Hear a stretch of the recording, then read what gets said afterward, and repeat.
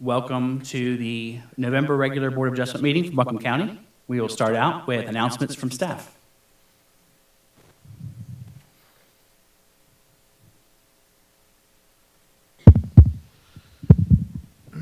Good afternoon, everyone. Chair, Board of Adjustment members. Just wanted to take a quick couple of minutes. I'm Nathan Pennington, the Planning Director here. Got a couple of new Board of Adjustment members. Welcome. And thought you might want to give them a second after I conclude to introduce themselves. But also wanted to take the opportunity to tell the board members that we are working with the county clerk on some training options, quasi-judicial training. It's a little tricky right now. David Owens retired from the school government, but we are looking at any and all options available. We will provide you, of course, with the newest up-to-date copy of the quasi-judicial handbook. And also we have a couple of videos, correct? And then we will look for some options every once in a while. It's probably going to be Adam Lovelady. They do come to the western part of the state. And if that option is made available, we will, of course, reach out to you and provide that training as well. So I just wanted to take a moment to tell you all that information. Thank you. We appreciate that so much. We do have three new members on the board. Two are alternates and are not here today with us. Of course, we've got full membership on the regular board. But Tom Belt and David Barley, we welcome as alternates. And Mr. Diaz is here with us. You want to introduce yourself? My name is Mark Diaz. I'm a federal retiree, and I'm originally from the Swannanoa area, so I have a long history here in Buncombe County. Yeah. Sounds good. Thank you so much. Anything else from staff at this point? Okay, thank you. We'll move to roll call of board members. We'll start with Mr. Mazelis. Paul Wilczynski. Craig Allen. Andy Ball. Greg Phillips. Gabe Quisenberry. And Mark Diaz. And we'll start with Thana for Thana staff. Alley, Angela Lee. Nathan Pennington. Kurt Euler. Griffin Kearns. Thank you so much. Item D, we have an election of vice chair. Our prior vice chair's term expired, and we have a new member here as well. So we want to open up nominations for position of vice chair. And I'll happy to start that off with a nomination for Mr. Craig Allen. He's been on the board with us at least a year now, if not a little more, and has just done a great work with us and been even-tempered and been a nice moderating force for us. And so I have some confidence he'll be able to step in if needed. Thank you, Andy. May not have the patience that you do, but I'll try. I'll second that. Motion and second. Any other nominations? Going once, going twice. Thank you so much. We'll close nominations. All those in favor of Mr. Craig Allen as vice chair to fill this term until the next election in June next year, we think? June or July. June or July, yeah. Please say aye. Aye. Any opposed? That passes. Thank you so much, and congratulations. Thanks for helping out. Thank you. Yeah. Moving to approval of meeting minutes, we did get one set for the prior month by email in recent days. If you had a chance to look through that, any edits on that, any comments on that, any motion on that? Motion to approve the minutes. Okay. There's a motion and a second to approve the minutes. All those in favor, please say aye. Aye. Any opposed, nay? That passes. Thank you. Disclosure of ex parte communications or conflicts of interest. This board is a quasi-judicial board pursuant to North Carolina General Statutes, and any member shall not participate in or vote on any quasi-judicial matter in a manner that would violate any person's constitutional rights to an impartial decision maker. Impermissible violations of due process include, but are not limited to, a member having a fixed opinion prior to the hearing that is not susceptible to change, an undisclosed ex parte communication, close familial, business relationship, or other associational relationship with an affected person or a financial interest in the outcome of that matter. And we'll go around and disclose anything we need to here. No. No. No. No. No. No. And that'll apply to any cases today as well. Moving to our public hearing section. This hearing is a quasi-judicial evidentiary hearing, and that means similar to a court hearing, state and local law set specific procedures and rules concerning how this board must make its decisions. This board's discretion is limited. We must base our decision upon the competent, relevant, and substantial evidence in the record. Our decisions must be constrained by the standards in the zoning ordinance and based upon the facts presented. If you'll be speaking today as a witness, please focus on the facts and standards and not personal preference or opinion. Opinion and speculation regarding traffic, impact on the community, crime, etc., is not categorized that way. We value a transparent process and encourage the community to remain engaged and participate. But given this is a hearing on the record, there are certain topics and areas that limit the type of testimony we can receive from members of the public without standing.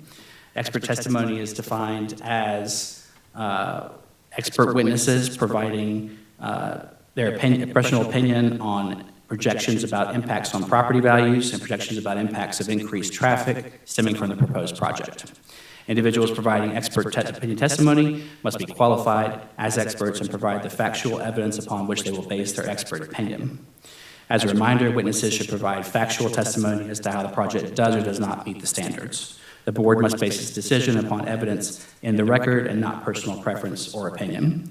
And we'll remind members of the board, staff, and the public who are joining us today to silence their devices so we don't have any interruptions that way. Starting out with our first case, ZPH 2025-00031, Biltmore Market Gardener's Cottage Flood Variance. This is a continuation of a case from October. And we have Angela Lee. Mr. Chair, I just wanted to add a note as Ms. Lee prepares to give this presentation. This is a bit of an unusual variance request. The reason being is you typically never see variance requests in the flood ordinance. You do not want to for obvious reasons. However, as allowed by federal and state law and local law, there is one time where you should entertain variance requests, and that is for a historic structure, which this is.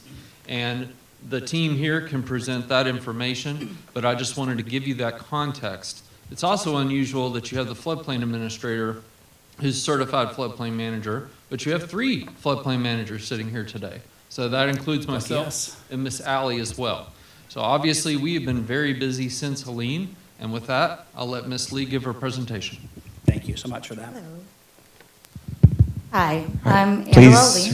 Please raise your right hand and state your name. Sorry, Griffin. That's all right. Your name. Angela Lee. Do you swear or affirm to tell the truth and nothing but the truth? I do. Thank you. My name is Angela Lee. I am the Buncombe County Floodplain Administrator and Senior Planner in the Planning Department. And as Nate had mentioned before, I'm a certified floodplain manager as well. I certify that this public hearing was properly noticed and all applicable parties were notified in accordance with general statutes and community code, county code. I ask that all applicant and staff materials be accepted into the record as evidence.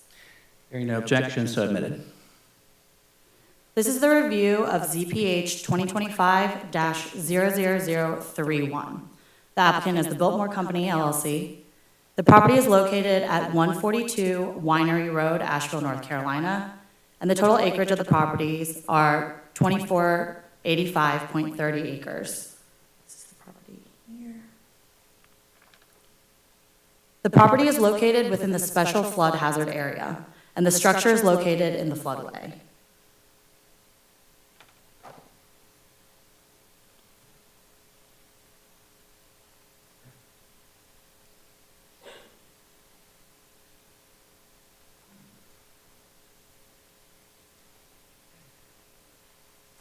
The floodway is defined as the channel of a river or watercourse and the adjacent land areas that must be reserved in order to discharge the base flood without cumulatively increasing the water surface elevation more than 1 foot. The primary benefit to regulating development within that floodway is to preserve a portion of the floodplain to convey floodwaters from upstream or downstream. The proposed project is determined to be a substantial improvement. A substantial improvement means any combination of improvements of a structure which the cost equals or exceeds 50% of the market value of the structure before the start of construction of the improvement. With this designation, the structure must meet the current regulatory standards. The Flood Damage Prevention Ordinance allows a variance to be issued for the repair or rehabilitation of historical structures upon the determination that the repair or rehabilitation will not preclude the structure's continued designation as a historic structure. This variance would allow the improvements of the structure to occur with the exemption of meeting select current minimum regulatory standards. No expansion of the existing structure is allowed. The variance application is seeking relief from the following requirements. The elevation of the structure. The structure's first floor must be elevated to the regulatory flood elevation, which is the base flood elevation plus our freeboard. The elevation of interior utilities. All interior utilities, including the HVAC unit, water heater, ductwork, must be elevated to the regulatory flood elevation. And the elevation of external utilities.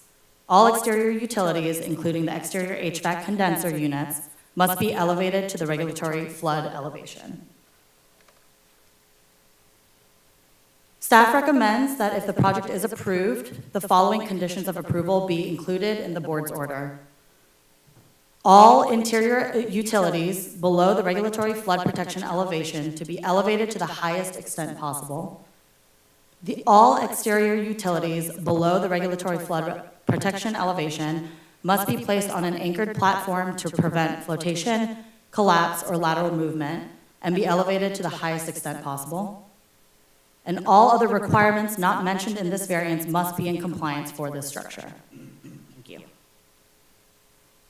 Thank you. Any questions from the board for staff?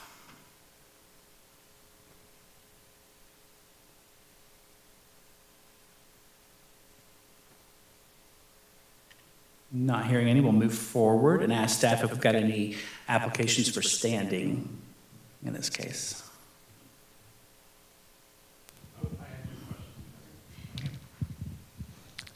No applications for standing in this case have been received.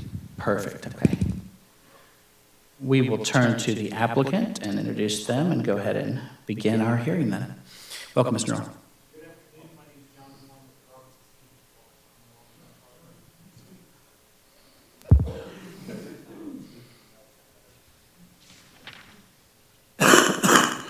How about now? There we go. That's it. Good afternoon. My name is John Knorr, and along with my partner, Billy Clark, we are with the Robertson Stevens Law Firm, and we represent the Biltmore Company on their variance application today. We know you have a full agenda, so we will try and be brief, but cover all of the important information that you need in this variance consideration. And as Nate started out, this is a unique application, but it's also a specifically unique property and structure that has existed for over 100 years in its current location. And what we're essentially asking to do is to be able to rehabilitate that structure as a result of the damages caused by Helene in a way that preserves the historic designation of that structure and also meets the spirit of the floodplain ordinance and protects against damage going into the future. So unless you have any questions at the outset, I'd like to call our first witness, and that will be Ms. Heather Fernbach. And if I could have the camera switched over to my device. Thank you very much. All right. Please raise your right hand. Go. Please raise your right hand and state your name. Heather Fernbach. Do you swear or affirm to tell the truth and nothing but the truth? I do. Thank you. And just as an orientation for the board members, the binders that you have in front of you contain all of the exhibits that I'll be showing on the screen here in case you can't see them.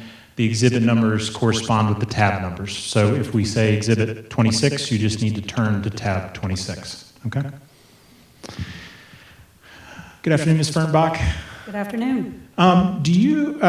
Let's start out by introducing yourself to the board. Can you tell us a little bit about where you're currently employed and what your current title is? Yes, I'm employed by my consulting firm, Fernbach History Services, and I'm president and owner of the firm. I'm an architectural historian. And how long have you been working as an architectural historian?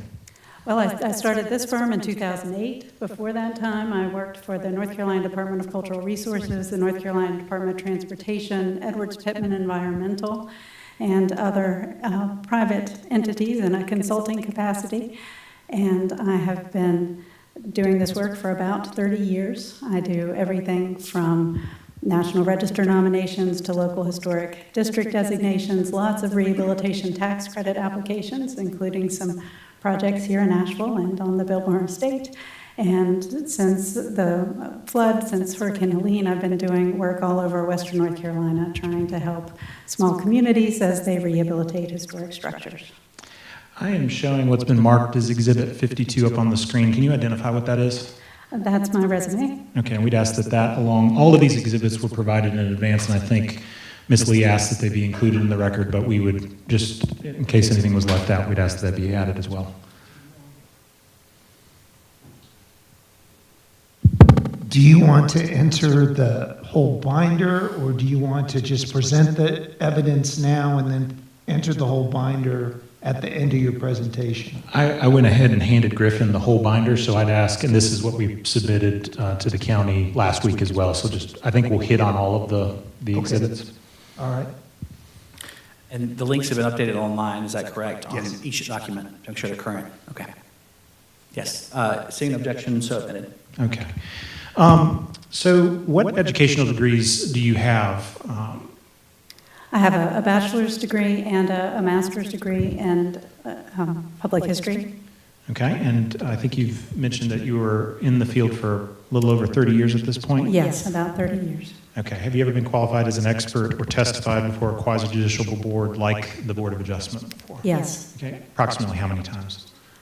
Oh gosh, I'm not sure. Many National Register nominations and local historic district designations require testimony. Okay. In this time, I'd ask that Ms. Fernbach be qualified as an expert in the area of historic preservation. Seeing no comment, so qualified. Ms. Fernbach, are you familiar with the Market Garden application that's been submitted to the board? Yes, I am. Okay. And we're just going to go over a few items here to help orient the board. Can you describe what we're seeing here? And this is in Exhibit 9. Yes, this is the eastern tract that's owned by the Biltmore estate. So the entire estate actually encompasses about 6,947 acres or so on either side of the French Broad River. This is the east parcel. And then the small red dot shows the approximate location of the Market Gardener's Cottage, which is right near the north edge of the estate, adjacent to the Swannanoa River. And what do we see here in Exhibit 10? So that's a zoomed-in image of the Market Gardener's Cottage on my right, and then the truck farm building on the left, and that's before the flood. Okay. And can you orient us here in Exhibit 8? Yes, that is after the flood. So you can see that there's about 1.25 acres or so around the complex that has historically been undeveloped, and then cultivated fields surrounding it. So of course, after the flood, what you're seeing is a lot of mud. Okay, let's talk a little bit about the history of the cottage, just so that the board members understand the role it's played and why it fits within this historic designation. Can you tell us in Exhibit 7 what we see here? Let's maybe start with what is a National Historic Landmark designation?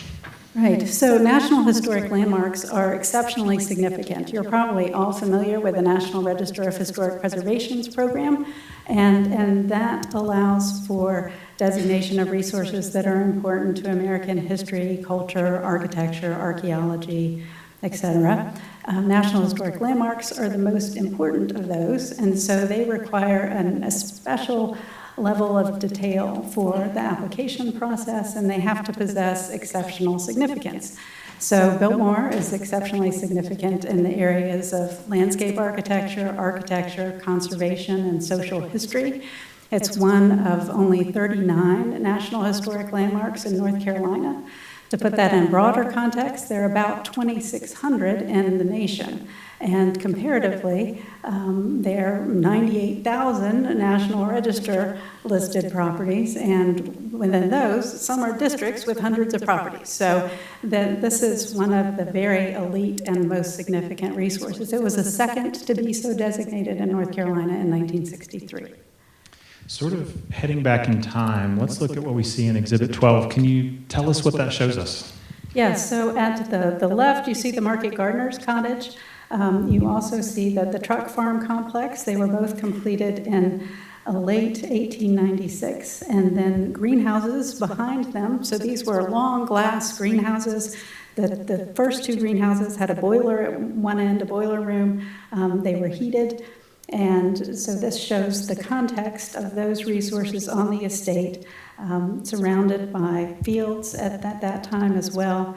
And other aspects of the designed nature of the estate, where you see the bridges and culverts and everything else that was manifesting the vision of landscape architect Frederick Law Olmsted, his sons, and successor firms. And I think this photo is from 1900, is that correct? About then, yes. And so the Market Garden Cottage has been in the same location since that time, and existed since its construction, correct? Yes, it was completed in 1896. Okay. And what are we seeing here in Exhibit 14? This is within the courtyard, so you're looking towards the Market Gardener's Cottage. You barely see the roof there over one of the wings.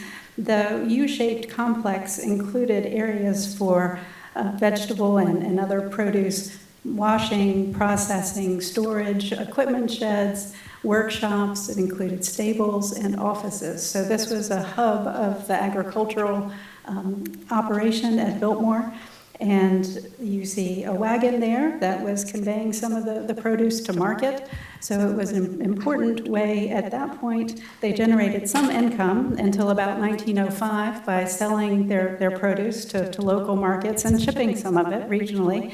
And then local people also purchased produce, and then it was used on the estate as well. So let's talk a little bit. I think you covered what the National Historic Landmark designation means. How do the individual, and that applies to the estate as a whole, how do the individual structures like the Garden Cottage fit into that broader designation? So there are contributing resources and non-contributing resources throughout the estate, and those that contribute manifest this overall vision for the estate. They retain architectural integrity from the time that they were constructed, and they played an important role in the estate's operation. And so there are about 250 resources, or there were at the time that the National Historic Landmark application was updated in 2003. And these are among those that are the quintessential essence of what the Biltmore estate significance embodies. So these structures are they considered, I think they're called contributing structures, correct? Correct. Okay, and so these are what in their totality create what is attempted to be protected through that national landmark designation. Is that fair? Yes. Okay, so they're each contributing to it. And what happens if individual structure is sort of undermined or deteriorate to a point where it can no longer be considered a contributing structure? Well, if they are no longer contributing, usually they have been altered in a way that really impacts their architectural integrity or significance. If enough buildings lose their integrity, then that could threaten the overall listing of the Biltmore estate, the National Historic Landmark level designation. It could also preclude Biltmore from being able to utilize federal and state rehabilitation tax credits, because buildings do have to be contributing in order to be able to take advantage of that opportunity. So pivoting a little bit from what the cottage has done, I think one of the photos I'd like to show here is that it's no stranger to floods either. So what are we seeing here in Exhibit 15? Correct. That is in February 1902, when you can see the height of the floodwaters then. Interestingly, there was a flood the fall that it was completed in late 1896, and it did the equivalent of, well, then it was $300 worth of damage, but that's the equivalent of about $11,000 at that time, so that's significant damage. So this has been ongoing for many, many years. And in the background behind the greenhouses we see in Exhibit 15, that's the garden cottage and the truck farm, correct? Correct. And you see the tall chimney there is from the boiler house for these parallel greenhouses that are to the left of the image, and then there was a smaller greenhouse as well. Okay, I'm going to turn to the structure itself. What are we seeing here in Exhibit 18? That's the primary facade, which fronts the river, and it's very close to the road, as you can see. Okay, and this is pre-hurricane imagery, correct? Yes, correct, 2021. And what do we see here in Exhibit 28? That's December 2024, after the flood. Okay. And what about in Exhibit 19? That's the south or rear elevation in 2021. Okay. And in Exhibit 29? In 2024. Okay. After the storm. After the storm. let's look inside. What do we see here in Exhibit 21? That's the primary stair hall in 2021. Okay, and in 22? That's the dining room, In Exhibit 23? the living room, Exhibit 24? the kitchen, Exhibit 25? the second floor looking north. Okay, and lastly, pre-photo That's- 27? That's a bathroom. Okay. And all of those images show what the cottage looked like after the 2005 renovation was completed after a prior flood. Okay. Let's look to the post-Helene interior imagery. What are we seeing here? This is very distorted, but that is still that same stair hall.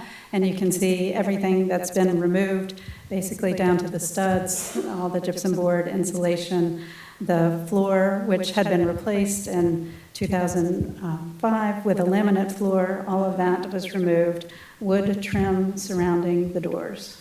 And the floodwaters from Hurricane Helene actually went to the second floor, correct? Correct. Yeah. Looking at Exhibit 31, what do we see here? That's the kitchen. Okay.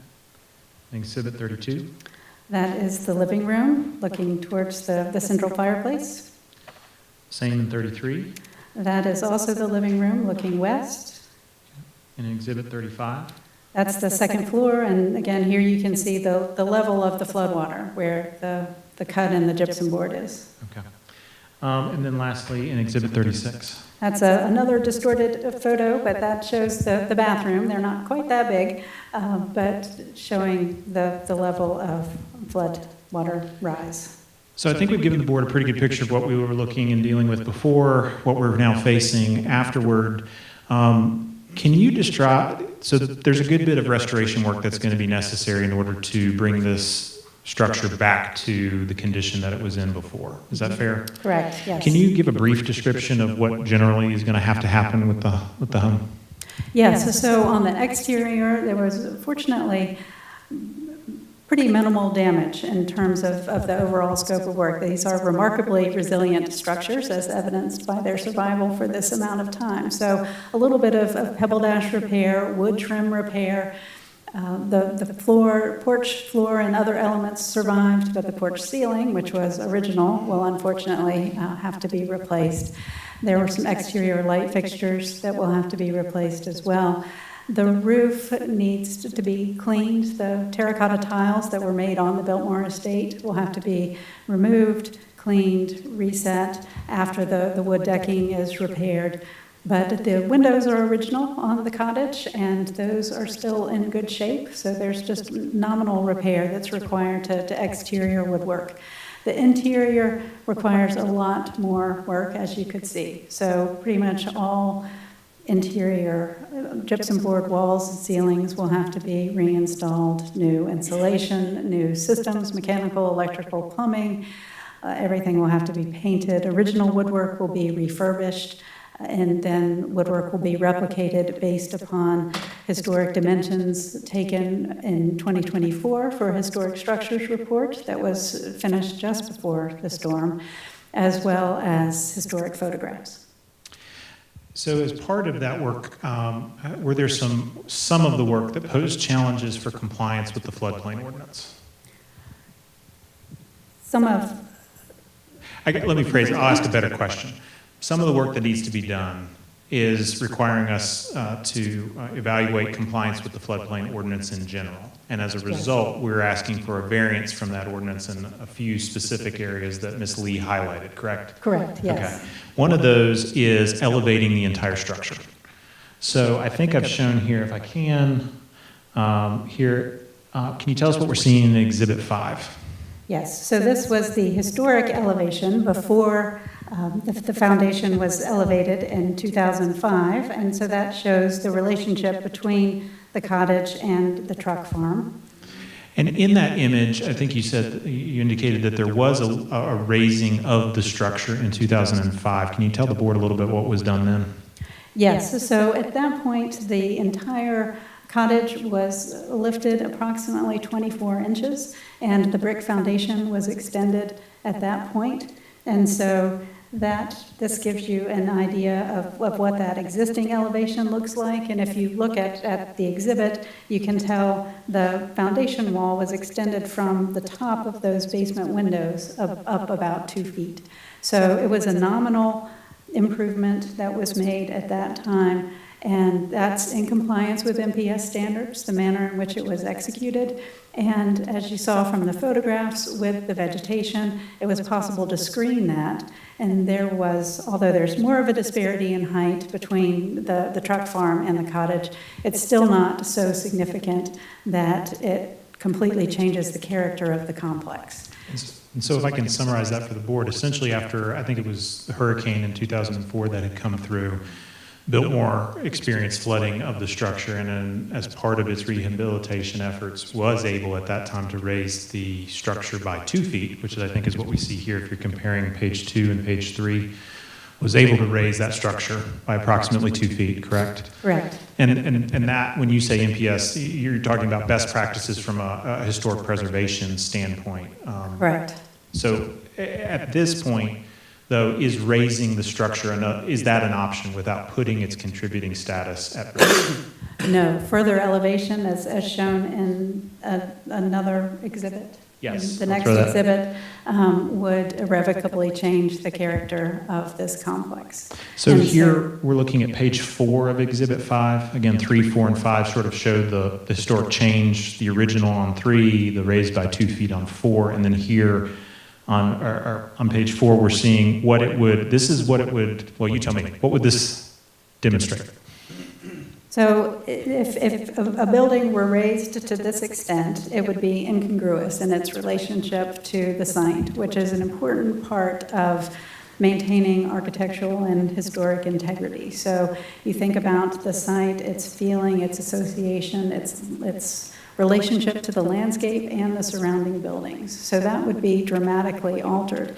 And as evidenced by the height of the floodwater, even raising it this much would not have any effect in another storm of that extent. So another way of saying is this is what it would look like if we were to come into compliance with the variance. This is how high the structure would have to be lifted. Yes, and this type of elevation would potentially result in loss of contributing status, not only for this resource, but the associated building, because it changes the context and setting for both of them. And that's the truck farm that you're referencing? The truck farm, correct. Okay. So our request is that we not have to meet that standard. And again, I guess as further context, this type of height would be more consistent, if, to use maybe a non-architectural analogy, this would be more like housing down at the beach on stilts than historic architecture consistent with the Biltmore estate and its designation, correct? Yes, this is not something that you see on the estate or elsewhere in the region. Okay. Let's talk a little bit about, while we're asking for a variance on raising the building, let's talk about those areas where we are in compliance. And one of those relates to, I think, the requirements related to anchoring of the porches. What do we see here in Exhibit 2? So this illustrates the anchoring supplementation that will occur, which is basically just adding a few bolts to secure that front porch to the structure. And this you'll hear evidence about that later from the engineer. Yeah, we will talk with our engineer about the design of that, but essentially this will comply with the flood ordinance by anchoring those porches consistent with the requirements, correct? Correct. Okay. Another one that we are addressing are flood vents. Can you tell us a little bit about how we're going to meet that standard? Yes, 2 of the basement windows that are those 3-pane sash that you saw in the foundation will be removed and replaced with a louvered metal flood vent. And this will be done in a way that maintains the existing opening size. It will be screened by wood lattice that goes around the base of both porches, so it won't be visible, and therefore it will not impact the integrity of the structure. And both of these are able to be done in a way that is also consistent with best practices for historic preservation? Yes, correct. One of the other areas where we're asking for a variance relates to some of the HVAC and utility equipment. Can you talk to the board about what we see here in Exhibit 2 related to the hot water heater and the interior HVAC unit? Right, so there's a small closet off the back porch that was historically the ice closet for the farm, but that has had HVAC equipment in it for a while. The equipment in that will be further elevated to the maximum height possible within that space. And then the water heaters were previously in the basement, and they will be moved to the first floor to the kitchen. Okay, so the water heater that had been in the basement will now go to the first floor and then be elevated anywhere between 12 to 24 inches? Correct. Okay. And that's the maximum height that they can be elevated and still Fit within fit the consistently, excuse me, within the historic features of the cottage? Yes, they'll be very nicely disguised in those closets. Okay. One of the other areas, the condensers and air handlers for the second floor of the cottage, they're already in the attic, is that correct? Yes. Okay, and so that will meet the standard. It will be above the required minimum elevation, correct? Yes. Let's talk a little bit about the electrical panel. Originally, that had been in the basement. Where is that going to be moved to? So that is going to be moved to the second floor, and I believe you have an exhibit that shows that. There's a closet that it's a small closet at the end of the hall, and so some of the equipment will be within that closet, and then there'll be a panel on the outside. And will the fire safety and other communications panels, which I'll show you, or can you describe for the board what we see in Exhibit 38? So they had previously been located in the basement, so now they should be, hopefully, out of any range of floodwater on the second floor. Okay. There had also been laundry facilities in the basement. What are happening with those? Those will be moved off-site. Okay. And there had been a propane tank that was servicing the structure. So that was What's happening with that? That was behind a rear courtyard wall, and that will be buried and secured. And that would be consistent with the ordinance's requirements as well? Correct. One of the other areas that we are addressing or asking a variance for relates to the external HVAC equipment and transformer. Can you show us or tell us what we're seeing in Exhibit 47? So that is looking at the south courtyard wall from within the courtyard right behind the cottage. That's the north elevation of the wall. Okay, and what do we see in Exhibit 49? That's the south elevation, and you see where the HVAC condensing units to the left and the transformer box to the right have been elevated on a brick platform below the wall, but still at the maximum height possible. And that elevation had already been done, correct? Correct, yes. We're not sure of the exact date, but it likely occurred about the time that the Market Gardener's Cottage was first rehabilitated for commercial outside visitor use in 1982, and then the equipment, of course, has been replaced over time. And is that equipment anchored to that platform? Yes, it is very securely fastened to the platform. And did it come off or detach from the platform in any way during the hurricane? No, it did not. Okay. And our request is that essentially these units be allowed to stay in the current location as opposed to being lifted 2 feet above base flood elevation. Can you show us what we're seeing here in Exhibit 6? Right, so at the bottom left, you see an idea about exactly what would transpire if the equipment was further elevated. So the wall's about 10 feet tall, and the top height of the railing going around an elevated platform would be about 7 feet above that wall. So that would be a significant change to the view shed from the cottage, as well as the surrounding area. So let's talk about what a view shed is. Can you tell the board what you mean by that?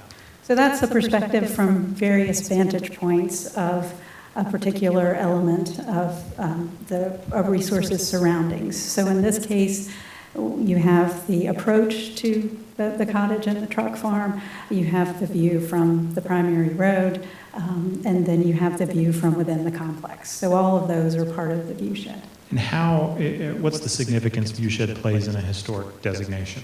It's an important part of integrity. So there are 7 areas of integrity, and 4 of them relate to setting. So location, setting, association, and feeling. So all of that has to do with the relationship of these buildings to the landscape.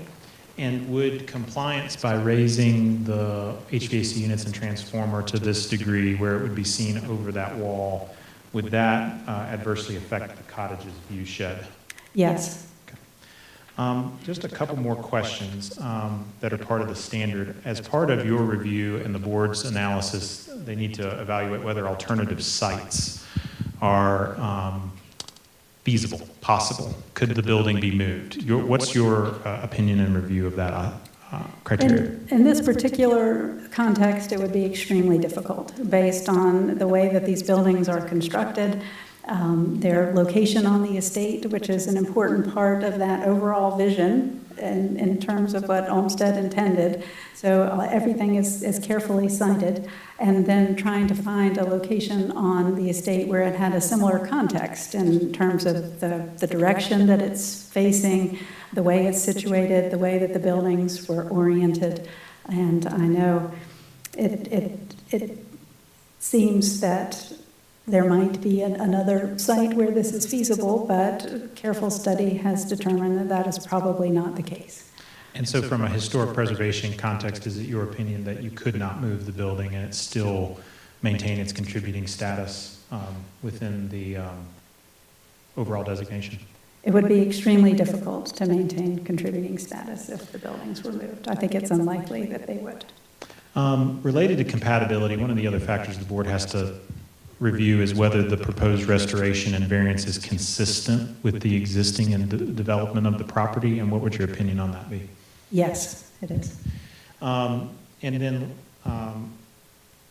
lastly, or second to last, is the hardship factor in here. Can you talk about the hardship that would be imposed if Biltmore were required to lift the building to the degree required by the ordinance, elevate all of the utilities?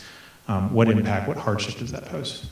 So we discussed this a little bit before, in that it could significantly detract from the overall setting and context of the buildings.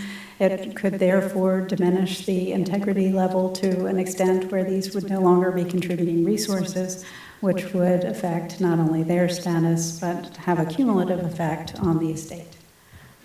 And I think this will be my last question. When we talked about, or two questions. When we talked about interior utilities, we're talking about the first floor ductwork also remaining in that basement area, but encapsulated so that it can service the first floor, correct? Correct, yes. That is where it was before, and that is ideal practice. Okay. And then lastly, are these the minimum, this variance, the minimum necessary to maintain the historic character of the cottage while also complying with the ordinance standards? Yes. Okay. Those would be my questions for Ms. Fernbach.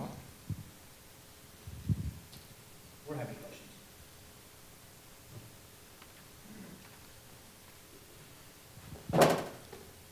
questions. I guess I do. The question for reference to the hurricane in 2004. Do you know if a variance was requested at that time for the work that was done following the 2004 hurricane? I do not know the answer to that question. If you were asking me, Mr. Allen, we actually with staff went back and looked, and I would defer to Nate if he has an answer on that. So, Please raise your right hand and state your name. Nathan Pennington. Do you swear or affirm to tell the truth and nothing but the truth? Yes, I do. Thank you. So 2004, 2005 were 2 years, which, having worked in the Florida Keys during those years, through Charlie, Francis, Ivan, Jean, Dennis, Katrina, Rita, Wilma, we got back-to-back storms here with Francis and Ivan. The reason that a variance was not considered at the time is because it did not meet the threshold for being substantially damaged. Therefore, it was not necessary. Raising a structure is always a good thing. The costs associated with the damage at that time were less because it was less of an event. Helene was a 1,000-year event. That's why the flooding was so great. I don't know the total inundation in the structure, but it was not deemed substantially damaged. Thus, there was no need at the time for a variance request. Thank you. One more question. How many contributing structures, if I have the phrase properly articulated, are on the estate? This is one of how many on the estate? Well, as I mentioned, there are 250 total structures, and in terms of the total number of contributing structures, I believe at the time of designation it was around 130, but I could be mistaken in terms of that total number. So just to clarify, your testimony is that one of the 130, if it was deemed to be no longer in compliance with the National Historical Registry, could potentially impact the overall categorization of the Biltmore estate? Well, there would be two resources that would be impacted. And yes, all of this has residual effect. And the fact, I think another way to think about this is a National Historic Landmark. And so there are higher standards than if this were a standard commercial district or residential district. So all of these buildings have outsized importance, and these are two of the earliest buildings that were built on the estate. They're some of the first buildings that were constructed for employees on the estate. The Market Gardener's Cottage is probably the largest building that was designated for a farm manager at that time, and it was designed by Richard Howland Hunt's firm. So all of those things make it exceptionally significant. So it's not just, I don't think, the quantity of when you're looking at this number holistically, but it's the significance of these particular resources. They're unique. They're not anything that you see anywhere else on the estate or anywhere else in North Carolina, in my experience. Thank you. One question I have that was actually introduced here by Mr. Allen. Of those 130 structures that you were talking about, how many of them are normally viewable by the public? Well, a lot of them are on the western part of the estate, as I mentioned before, so those are not accessible to the public. And your point is good about these, and that these are highly visible. These are located on a primary corridor as you come in from the approach, leading to a central hospitality sector for the estate. So they're located right where every visitor sees them who goes to the Antler Hill complex, the two hotels on the complex. They really do provide one of the best close-up views of the type of distinctive architecture on the estate. But I'm not sure, I can't give you a number on how many.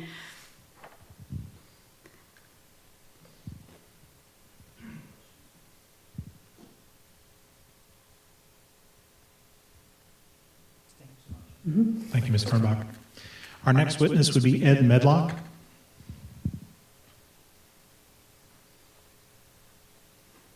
Good afternoon. All right. Please raise your right hand and state your name. Edward Medlock. Do you swear or affirm to tell the truth and nothing but the truth? I do. Thank you.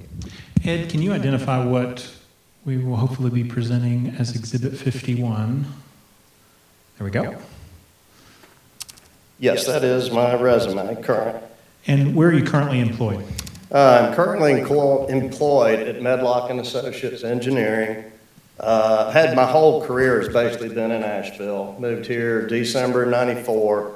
Worked for another engineer for 5 years. Started my own firm in 2001. And so it's gone through various, I've had partnerships and all, but I basically have had a firm since 2001 in Asheville. And we provide primarily structural engineering services. And your current title with Medlock? President. Okay. What's your background in education? I have a degree in psychology from Wofford College, which I never really used professionally.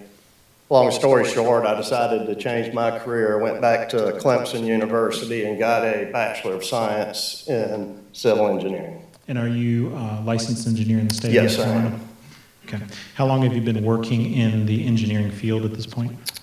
Counting my internship is usually 4 to 5 years, right at 30 years. Okay. And have you ever been qualified as an expert in the area of engineering before a quasi-judicial board like the Board of Adjustment? Yes. Approximately how many times? I'd say at least a dozen, 12 or 15. Okay. We'd ask that Mr. Medlock be considered an expert in the area of civil engineering. Okay. All right, thank you. Mr. Medlock, were you asked to look at designing a system that would allow the cottage's porches to be anchored in a way that would meet the standard but also preserve the historic integrity of those porches? That is correct. Okay. And were you able to design that kind of standard? Yes, so basically I went out, met several representatives from Biltmore. These kind of jobs, what I usually do is just look at the structure. So I got underneath the front and rear deck. It's probably about 3 feet clear, so actually, got it down there and crawled around and looked at the deck. So what I was looking for was to primarily see if there was any damage from the storm, which could be anything from movement to broken connectors, broken members. So basically looked at that, and then I was asked to look, there are code prescriptive requirements for decks, and especially in western North Carolina, they've gotten really heavy into the connection of decks, even outside of flood events, because one of the worst failures you could have is a, upper floor deck falling. So, like I said, I've been here 30 years, and they have pretty stringent requirements now for deck connections to houses. Now, in this case, it's a little different because it is subject to flood loads. Usually it's more of wind or, let's say you have people, dancing on a deck or something. So basically, I was asked to go look at some alternatives because, Biltmore takes the historical aspect very seriously. And I was asked to look, can we come up with a connector that will connect the deck band to the house band, but not require going inside, drilling holes. And so we did develop an option, which, breaking it down simply, is 2 number 10 wood screws. Those are similar to what you see for your pressure deck screws at 16 inches on center along the one wall that did require additional connectors. And is Exhibit 53 the report you prepared that documents how that system will work? Yes, that is correct. Okay. And what do we see here in Exhibit 43? Maybe this will help illustrate a little bit. Okay, so this is the front deck. The brick wall we're kind of looking at in this picture, yes, right there, is actually perpendicular to the flow of the stream. The wall on the left, roughly, just to give you an idea, is where the flood load was coming from. So in this picture, the flood load would be coming behind me, flowing towards that far wall. And is the system, I think the concern you articulated was the system, if it met just the regular ordinance standard, would require drilling through the historic structure in a way that could compromise the banding, either from decay or moisture or other things like that? Yeah, that is correct. The prescriptive requirement is drilling and through bolting. Okay, and so the system you've developed, though, will that achieve the same result by meeting the standard, but through an alternative method that doesn't Yes. pose the same risks to the historic structure? Yes. Okay. Were you also asked to look at, and I'll show Exhibit 49 again, the attachment of the external HVAC units and transformer to the existing platform? Yes, I was asked to look at the existing connection. As obviously stated, these units were still there after the flood. The flood level was well above where these units were. I was actually, nothing to do with this thing, but I was actually at Biltmore State the Monday after the storm, looking at some bridges, trying to get tree crews in there and looking at it, and I actually went by this house. Again, it wasn't for the purpose of what we're talking about today, but like where we're standing, the floodwaters are probably 12 feet above the top of those units, just to give you an idea. So even in that context, though, those units stayed anchored to the platform in that event, is that correct? Yes, that is correct. Okay. And your review of the anchoring system, is that system adequate to keep the units from detaching from the platform and washing away downstream or posing some other kind of risk to a downstream property? It is from a serviceability, and what I mean is we go out there and look at it, and I don't mean to be a smart aleck, but it did survive the storm and anchored. And as we've discussed, whatever ends up happening with these elevations, we will ensure moving ahead that there'll be no release of units in a flood event. So continued anchoring in such a way as to Correct. avoid detachment. Yes. Okay. Those would be my questions for Mr. Medlock. Questions on the engineering side? All right. I think we're all set. Thank you Okay. so much. All right, Mr. thank you. Medlock. Our next witness will be Andrew Bick. Afternoon, All right. Please raise your right hand and state your name. Andrew Beck. Do you swear or affirm to tell the truth and nothing but the truth? Yes, I do. Thank you. Afternoon, Andrew. Can you identify what is in Exhibit 50? Yeah, that's my resume. Okay, and can you tell the board a little bit about your background, experience, employment, and education? Sure, I have a bachelor's and master's in civil engineering. Been in the engineering field for about 35 years. My focus areas have been river restoration, hydraulic engineering, floodplain studies, that sort of thing. Okay. And how long have you been working in the field? In floodplain management type field since the very beginning, so, early 90s. Have you ever been qualified as an expert or testified before a quasi-judicial board like the Board of Adjustment? Yes, Approximately how many times? I think just a couple of times. Okay. We'd ask that Mr. Bick be qualified as an expert in the area of floodplain management and civil engineering. So tendered. I think, looking at the work you were asked to review, can you give the board, one of the factors the board is required to look at is how the variance or the area around the variance would impact sedimentation in the river. Can you talk about the historic work you've been involved in or observed with Biltmore and stabilizing the banks of the Swannanoa in that area that's immediately adjacent to the garden cottage? Sure. I've been involved in a number of projects with Biltmore over the past decade or more. On the Swannanoa specifically, we've done, I want to say, half a dozen riverbank stabilization projects, basically from the gate all the way down to the bend in the river just downstream of the cottage. Several years prior to Helene, we had done some extensive bioengineering at that tight bend in the river, and then just immediately upstream from there, directly across from the cottage.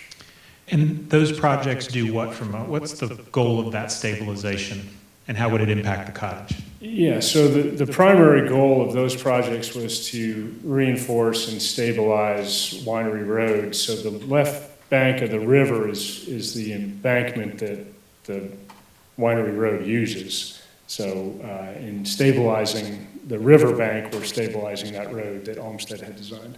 Okay.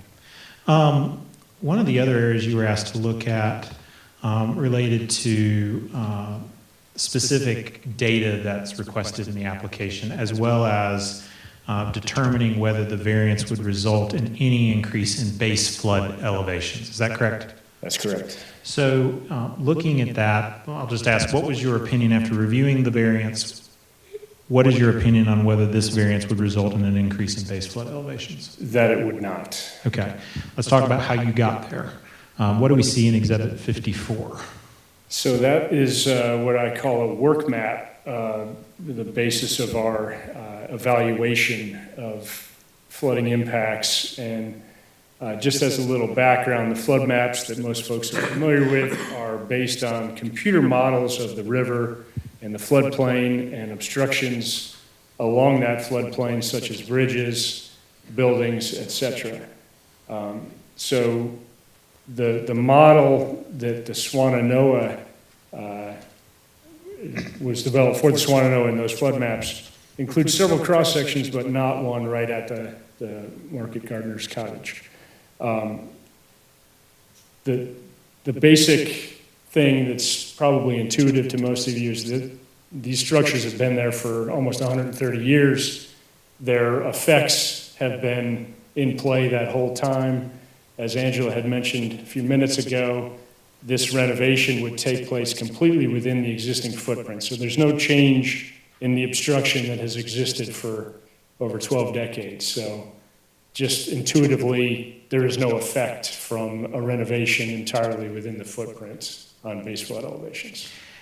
Were you able, and the rest of Exhibit 54 is your report that provides the comprehensive data set, correct? That's correct. And when you were looking at the numbers on the expected heights, velocity, duration, rate of rise, and other sediment loading that might occur, did you have any concerns from an engineering standpoint as a result of the variance? No, none.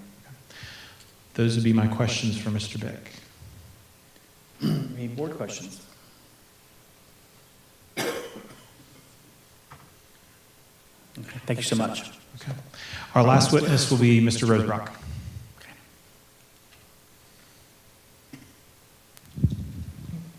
Please raise your right hand and state your name. Timothy Rosebrock. Do you swear or affirm to tell the truth and nothing but the truth? I do. Thank you. Mr. Rosebrock, can you share with the board what your current role with the Biltmore Company is?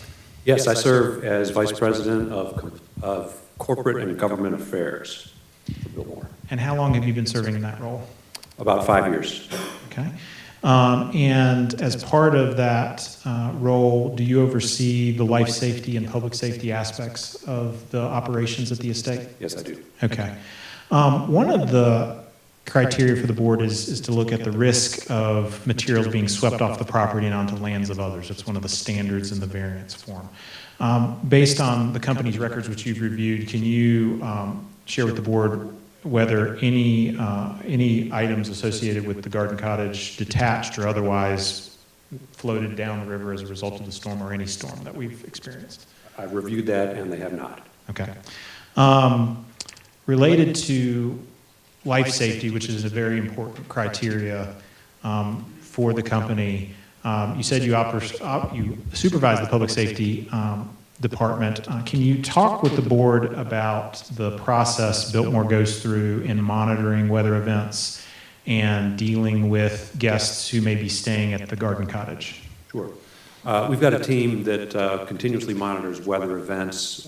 We pay close attention to National Weather Service, other forecasts that you would see in your normal course of review. And we also subscribe to an organization called Earth Networks, and they provide us custom weather forecasts for the estate. We look at flood gauge levels, et cetera. And so this is a review that's happening on a daily basis in order to understand whether there's any risk to any of the structures within the estate or for guests that might be visiting. Is that correct? That's correct. Okay.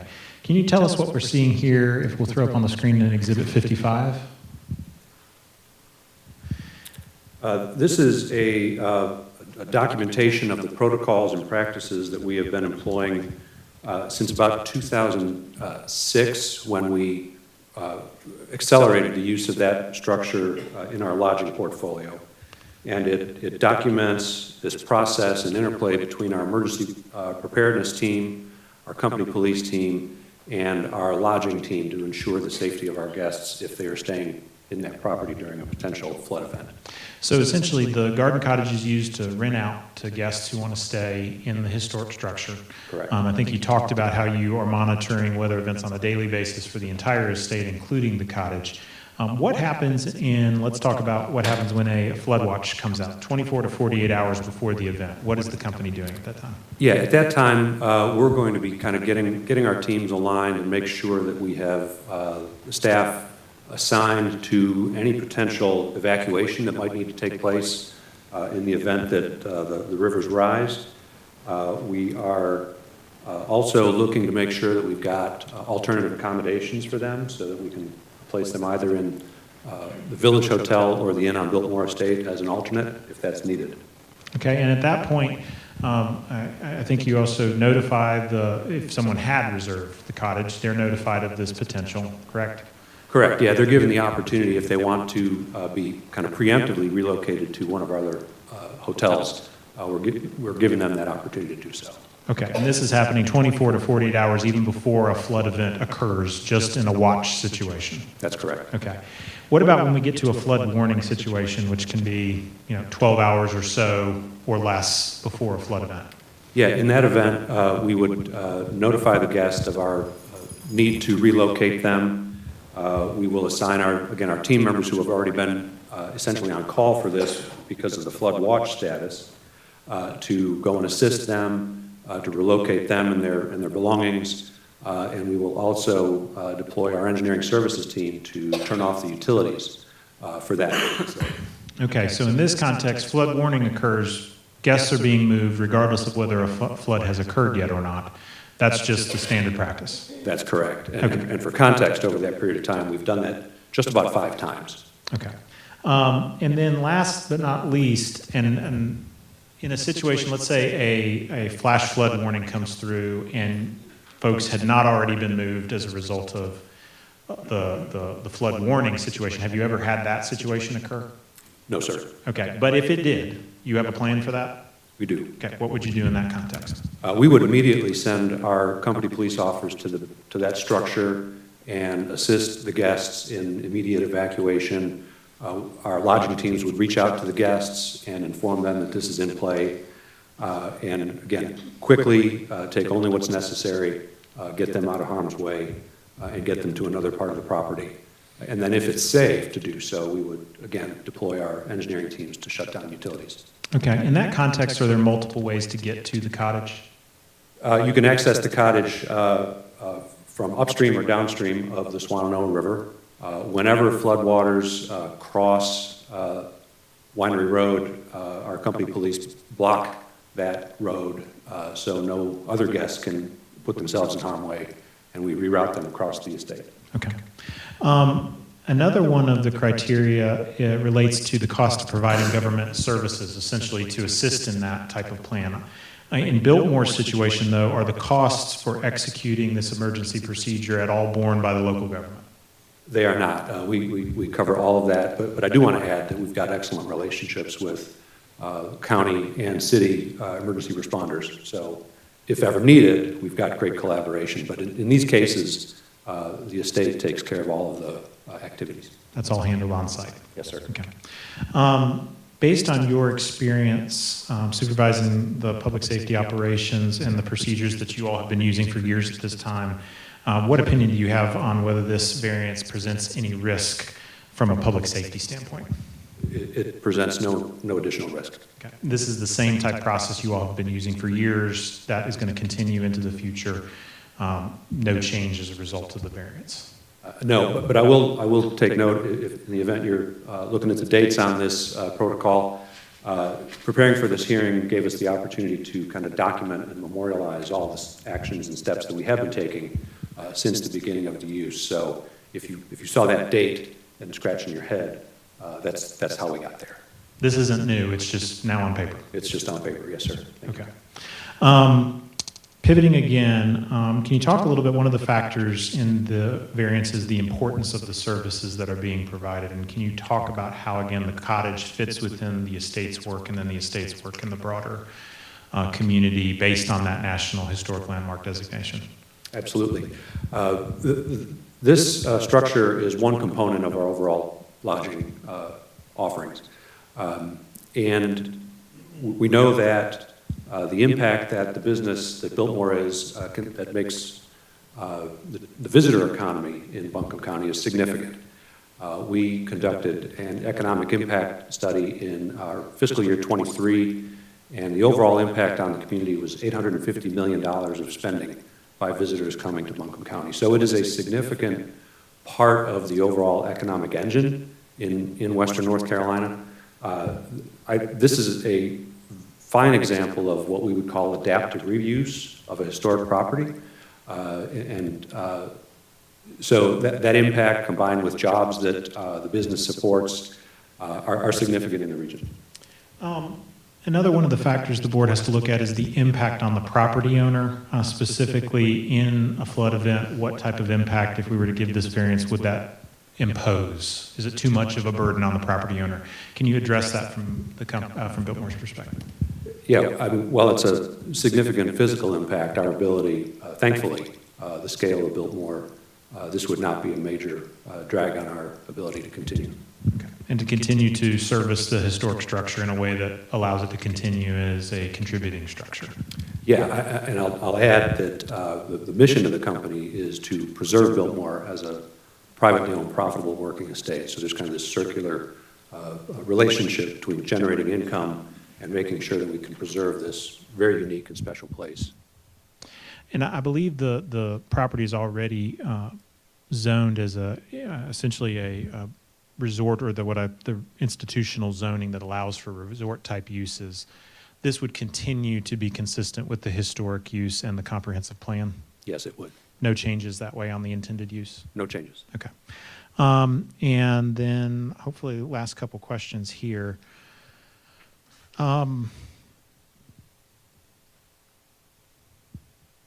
From the company's perspective, after you've retained historic preservationists to review this, historic architects to review this, civil engineers for the various aspects that we've talked about, is this the most we can do? Is there anything else we can do without putting that contributing designation at risk for the garden cottage? No, sir. Okay. Those are my questions for Mr. Rosebrock. Any board questions?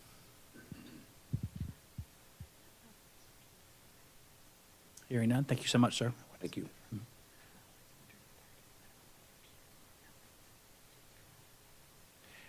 I have just one follow-up from Ms. Fernbach to address Mr. Allen's question that he had, if I could, Mr. Please. Chair. Okay. Yes, I wanted to make sure, being a historian, that I had the accurate numbers on hand. And so I'd said there were about 130 contributing resources. There are actually 138, so I was a little bit off. And then I also just wanted to verify that there are so many buildings on the estate, as well as sites and structures. And out of that total number of resources that I just mentioned, the number of buildings is only 56. So then there are 31 sites and 51 structures. So that narrows the window even more, speaking to the overall significance of these buildings. So yes, there are numerous resources, and there also must be more contributing than non-contributing resources on the estate. These numbers are from 2003, so there has been some change in that total number since that time, but there hasn't been an updated inventory. So again, just wanted to clarify that number. I want to make sure the board had all the information it had requested. Any follow-ups on that? Any questions? Thank you so much. At this time, that would be the completion of our case. We're happy to answer any follow-up questions board members might have from the experts. Wonderful. Anyone here to speak on this case as a witness? Anyone here from the public to speak on this case? Going twice, going 3 times. Thank you so much. Any closing remarks? Just briefly, I think you see how unique this is all the way around. You don't normally get ordinance or variance requests for the floodplain, but you also aren't normally presented with a situation where a structure that's almost 130 years old was threatened in such a way that Helene did and is requiring the magnitude of repairs that it needs in order to continue in its current function. I think this is a perfect example of where you have a historic structure that is significant for a really important community asset that is doing everything it can to meet the spirit, literally meet the criteria for the ordinance, and in those areas where it cannot, meet the spirit of that ordinance as best as it can by raising those utilities out of the basement and putting them in better locations than they were before, so that hopefully this type of damage doesn't repeat itself. But in an area where we know their flooding will occur in the future, as it has on numerous occasions in the past, without any risk of the building detaching or otherwise posing a threat to downstream properties. We'd ask that you approve the variance with the conditions that Ms. Lee proposed. Thank you. Okay. Any additions from staff to that?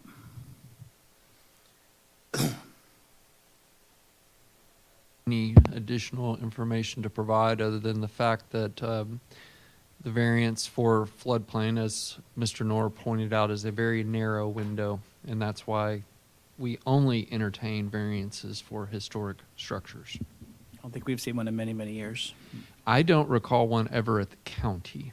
No. Because we don't have historic districts. We have a lot of historic farmhouses and things like that. Mm-hmm.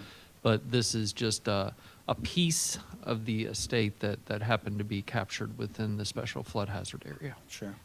Okay. This time we'll close the public hearing portion, and we'll move to board discussion and deliberation and a motion.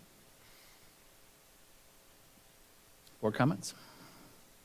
Yeah, personally, I don't see that any harm would come in any way if this request for the variance were approved. I think the presentation very thoroughly presented.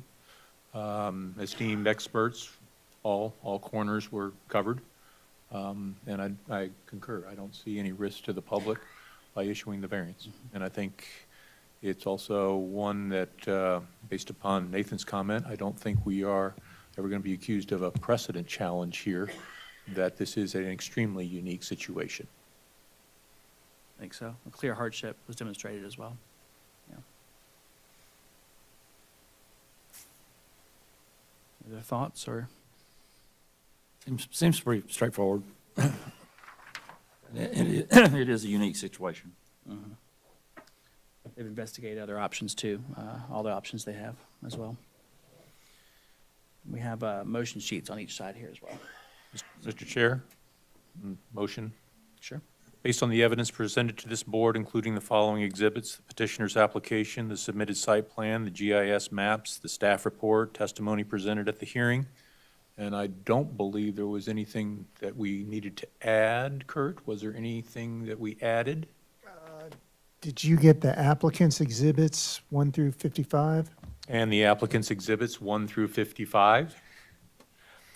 I move that this board adopt the following findings of fact: that this matter was properly advertised, is within the board's jurisdiction, and is ripe for its consideration. That this application, together with the conditions proposed by staff and/or this board and agreed to by the applicant, if any, does meet the requirements for granting a variance contained in the Buncombe County Code of Ordinances, Section 34-55. There has been a motion on findings of fact. Is there a second? Hearing a motion and a second, all those in favor, please raise your hand. Any opposed? Thank you. Motion passes. Second motion? Mr. Chair, based on the foregoing findings of fact and for the reasons set forth therein, I move that the requested variance be approved and that staff be instructed to draft an order consistent with this motion, approving the permit with any agreed-upon conditions for review and execution by the chair, acting chair, or such person's designee on behalf of this board.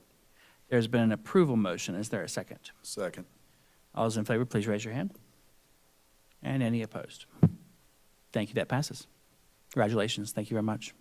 We'll ask if Kurt can present an order for us. I do. I'm a little afraid, though, to pull the plug right here because I'm not sure what's going to happen if I do.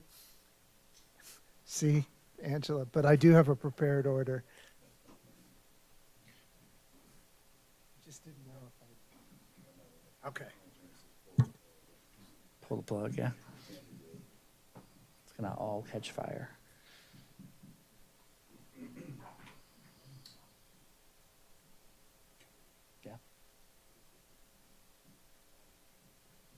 All right, so I have the following.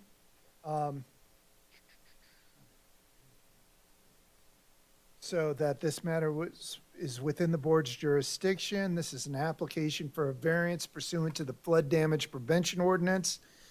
That the applicant has requested the following relief from the following existing standards: elevation of the structure, the elevation of interior utilities, and the elevation of external utilities.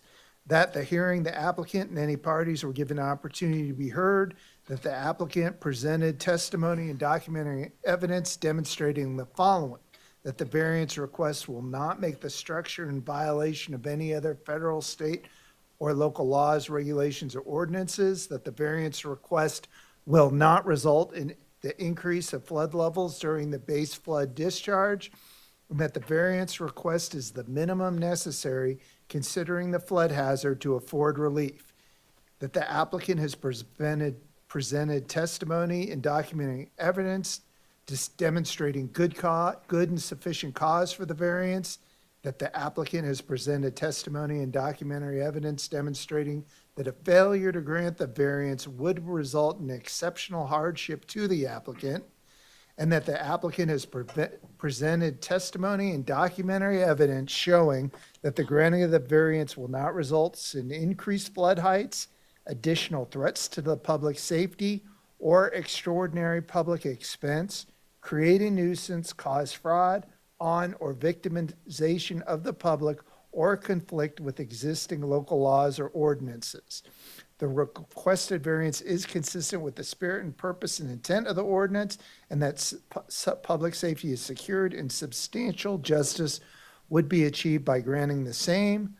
The following conditions are necessary for the variance. One, all interior utilities below the regulatory flood protection elevation shall be elevated to the highest extent possible.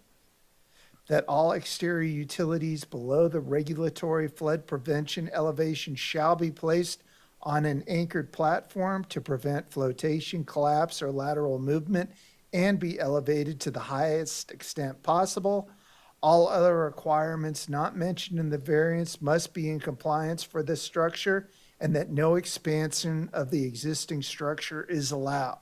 That based on the foregoing findings of fact, the board makes the following conclusion: that the application satisfies the requirements for granting a variance, and that finally, that the Board of Adjustments, based on the foregoing findings of fact and conclusions of law, that the property is, I need to change zoning ordinance to flood prevention ordinance, but that granted subject to the conditions above. This, the 12th day of November, 2025.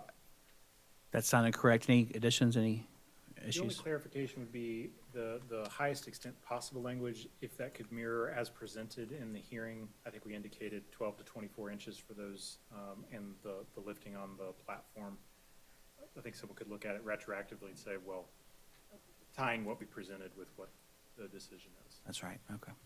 Angela, you good with that? Okay. So, John, what did you want? The highest extent, I think, as presented during the hearing. Okay.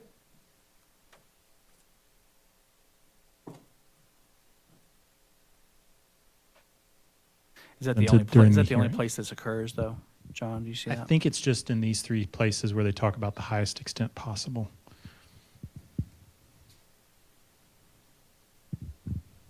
Yep. Okay. Okay, those are the two changes. Thank you. Are there comments or a motion? There's been a motion. Is there a second? All those in favor, please say aye. Aye. Aye. Any opposed, nay? That does pass. Thank you so much. We'll take a 5-minute break. Hey, no problem. Oh, is that?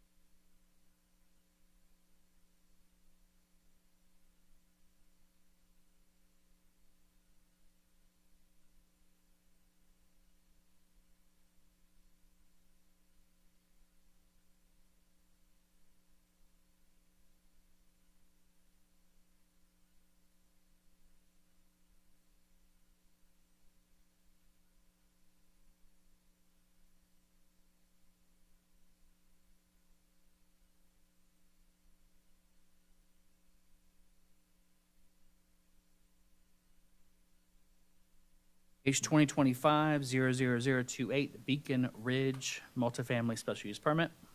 Dan Alley from staff will present the case.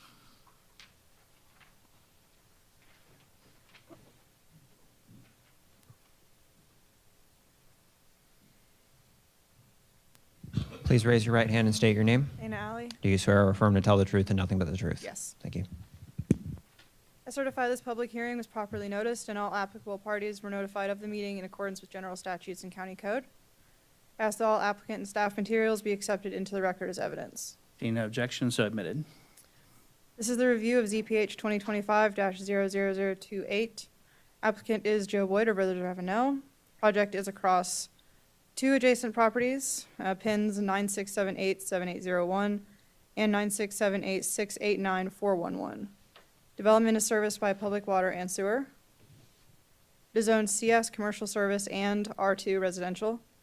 Community-oriented development and proposes a 170-unit affordable housing, multifamily development with a mix of 1, 2, and 3-bedroom units across the structures. 2 deviations are being requested, one for maximum building height and one for parking. Project proposes a maximum building height of 60, an increase of 10 feet from the district allowed maximum of 50. Parking deviation requests a reduction in the required parking spaces from 1.75 spaces per dwelling unit to 1.53. If approved by the board, staff recommends the following conditions of approval, which I will summarize. All stormwater requirements must be met and approved by the stormwater administrator. Mechanisms to guarantee affordability must remain in place for 15 years, and project must be constructed as depicted in site plan. All right, any questions for staff on this one?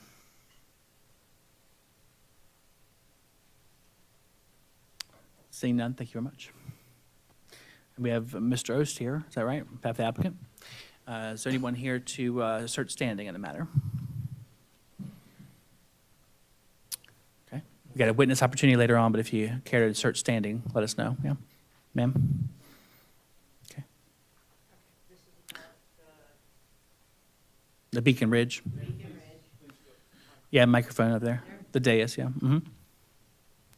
And they'll swear you in briefly, and then you can present. All right. Please raise your right hand and state your name. Margaret Wicks? Do you swear or affirm to tell the truth and nothing but the truth? Yes. Thank you. Thanks for being here today. Thank you. First time I've ever done this. Sure, yeah. This is a portion of the hearing where we determine whether you have standing to appear as a party in the matter and kind of have cross-examination abilities and kind of be a presenter, sort of.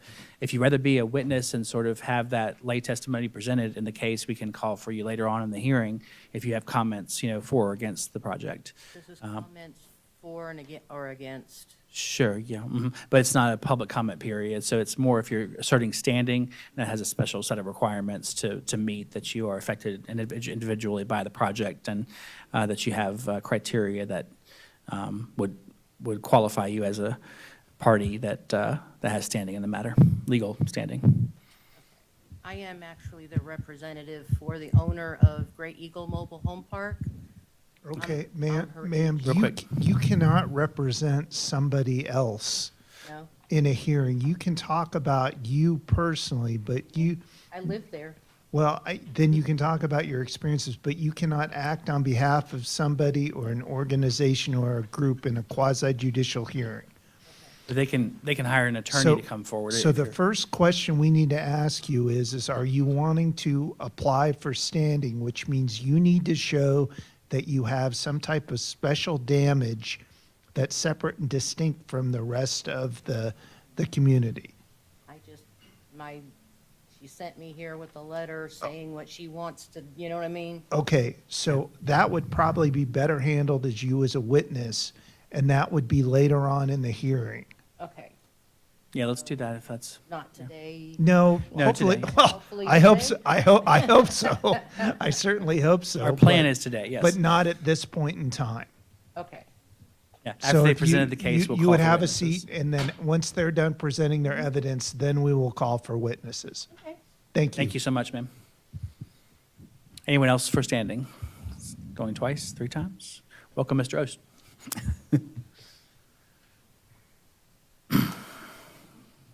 Thank you, Mr. Chairman, members of the board. My name is Bob Ost. I'm from the Asheville law firm of McGuire, Wood and Bissett, here for LDG, the applicant in this matter. Here with me are Landon Cox, right over there, who is the development manager for LDG. Joe Boyd of Withers Ravenel, the project engineer. Ronald Stevenson of DRMP out of Raleigh, who is our traffic engineer, and John Palmer of the Palmer Company, our appraiser. I'll be asking all of them to testify in this matter and ask you to recognize them as experts in their respective fields. Also here with me are Murphy Fletcher and Ashley Smith of our firm, just here to observe. I want to thank Thana and Griffin for the assistance that they have provided throughout this process and for the presentation that Thana made. This application is for a special use permit for a residential PUD or PUD 1 for a multifamily apartment project on US 70 located on the north side of US 70 about a mile east of the Asheville city limits. It's two contiguous properties totaling about 9.6 acres. It's zoned mostly commercial services. There's a small portion up on the north part of one of the parcels that is zoned to an R2 designation. We'll get into more detail about that in just a moment. LDG proposes to build a project that is all affordable. It's their business. That's what they do, as Mr. Cox will tell you.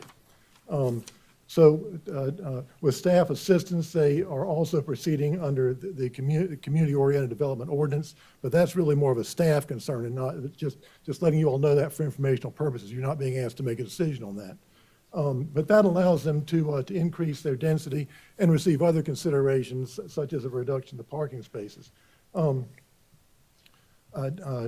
The Buncombe County zoning ordinance defines a planned unit development as four or more principal buildings on a single lot, and the Buncombe County zoning ordinance also requires a special use permit for a planned unit development. It's, as I mentioned before, it's a residential planned unit development or a PUD 1. In order to get a special use permit for a planned unit development, the applicant must demonstrate compliance with two sets of standards. And you all have done this dozens of times. We're not going to read those standards to you. But ordinance section 78-677 are the standards that apply to all special use permits. I refer to them as general standards, and contained in section 78-678 of the ordinance are the standards that apply to residential PUDs. Again, I'm not going to read them all to you. But through our expert witnesses and the various exhibits that we'll present in support of our application, and those exhibits are already part of the record, and they've been accepted as exhibits. Through the witnesses and the various exhibits that we'll present in support of our application, we will present competent material and substantial evidence that this project satisfies or will satisfy each of the applicable standards. And we're requesting, as Ms. Alley mentioned, we're requesting a couple of modifications which the Board of Adjustment can allow. And after our witnesses and any other witnesses, I will have a brief closing, and the Board of Adjustment, of course, can ask any questions. So at this point, unless you all have any questions of me, I'd like to call our first witness. I think we're all set. Thank you. Mr. Cox, can you come forward, please? And this setup's a little awkward, so please excuse us if we fumble around a little bit. I did have a file that has excerpts from some of the lengthier exhibits that I'm going to try and go through here. But of course, the longer exhibits are available to us. I just didn't want to spend a lot of time fumbling around through those, so I pulled what I thought were the important pages. So we'll see how this works. And Landon, let me show you something. You can make this go up or down by using this, I think. Did you just want to use this? Yeah, I'll use that. We're just trying to figure out how to make this thing advance. So I think I can just push.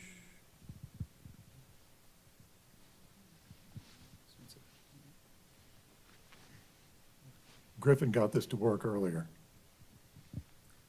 Page down. Okay, there we go. All right. Yep. We back on the first page here? Yeah, all right. Sorry for the technical glitch there. All right. Please raise your right hand and state your name. Landon Cox. Do you swear or affirm to tell the truth and nothing but the truth? Yes. Thank you. Mr. Cox, would you tell the board your name and position and how long you've been employed there? Sure. Landon Cox, I'm the development manager for LDG Development. I've been employed by the company for about 9 years. 4 of those years were in a development coordinator role, kind of a supporting role.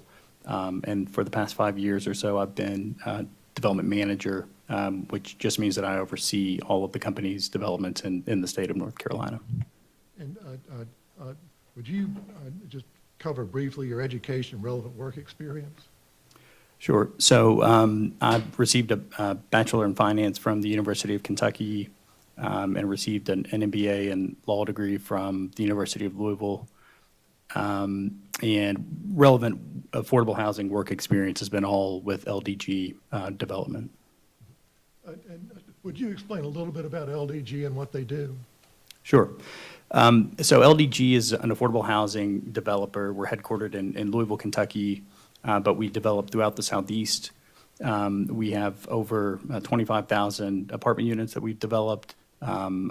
Probably north of 95% of those are affordable housing units.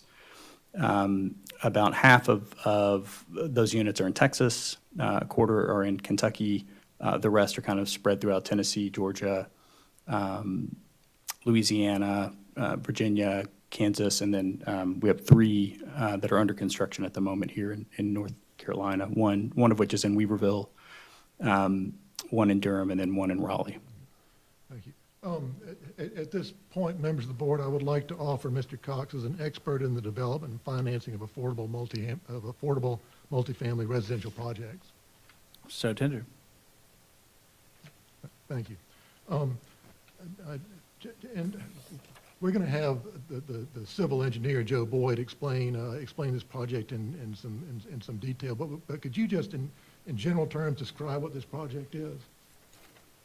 Sure. So the community is going to be, as was previously mentioned, 170 multifamily units that will be reserved for households that are earning between 30 and 70% of the Buncombe County area median income. And so there's a mix of 1, 2, and 3 bedroom units, 48 one-bedroom units, 69 two-bedroom units, and 53 three-bedroom units. And so the community will be open to families and individuals earning in that income range, which is approximately between $19,500 for a family of 1 at the 30% AMI range, up to around $70,000 for a family that will qualify for the 3-bedroom unit. Okay. And what has been your role with this particular project? To date, I've was involved in finding the land, working with the design team to create a design that was sufficient for our purposes and within the standards of the county, and then also helping to prepare for the process of requesting the issues that we're here for today. And I mentioned earlier the community-oriented development aspect of this. Can you explain a little bit about that? Sure. So, well, the extent of my knowledge about it is that it's a mechanism the county uses to encourage the construction of affordable housing, at least. And in our case, there's a density bonus that's available to communities like ours that are offering affordable housing. And with reference to the map that's pulled up on your screen there, could you show where can you locate the property and describe the surrounding uses? Sure. It's the kind of the turquoise outlined parcel, 2 parcels that are right in the middle, kind of jaggedly conjoined there. Okay. To the north of the parcel in this image is a horse farm. I guess to the east, a little bit of southeast here, are single-family, empty parcels and 1 single-family parcel.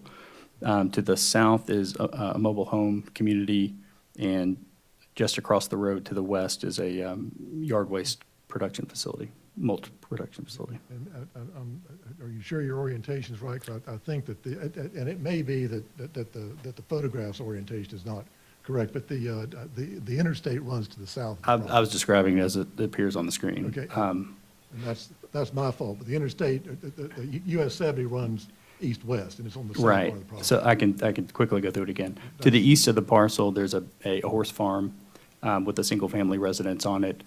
North of the parcel are a couple of empty parcels, with one, though, containing a single-family residence. To the east, there's a mobile home community, and then to the south, across the road, is a mulch-production facility. And scrolling down through that exhibit, can you just describe what you see in the photographs there? Sure. So it looks like this is looking looking west on US 70, which I hope is right. So there's not much to see here. There's some topography with trees and grass. Okay. And the next photograph? Oh, I see the text there. Okay. Yeah, so this is looking east on US 70. Also from here, you can see some hills in the background with trees and foliage, a road and some power lines running on the left-hand side. Okay. And the next photograph?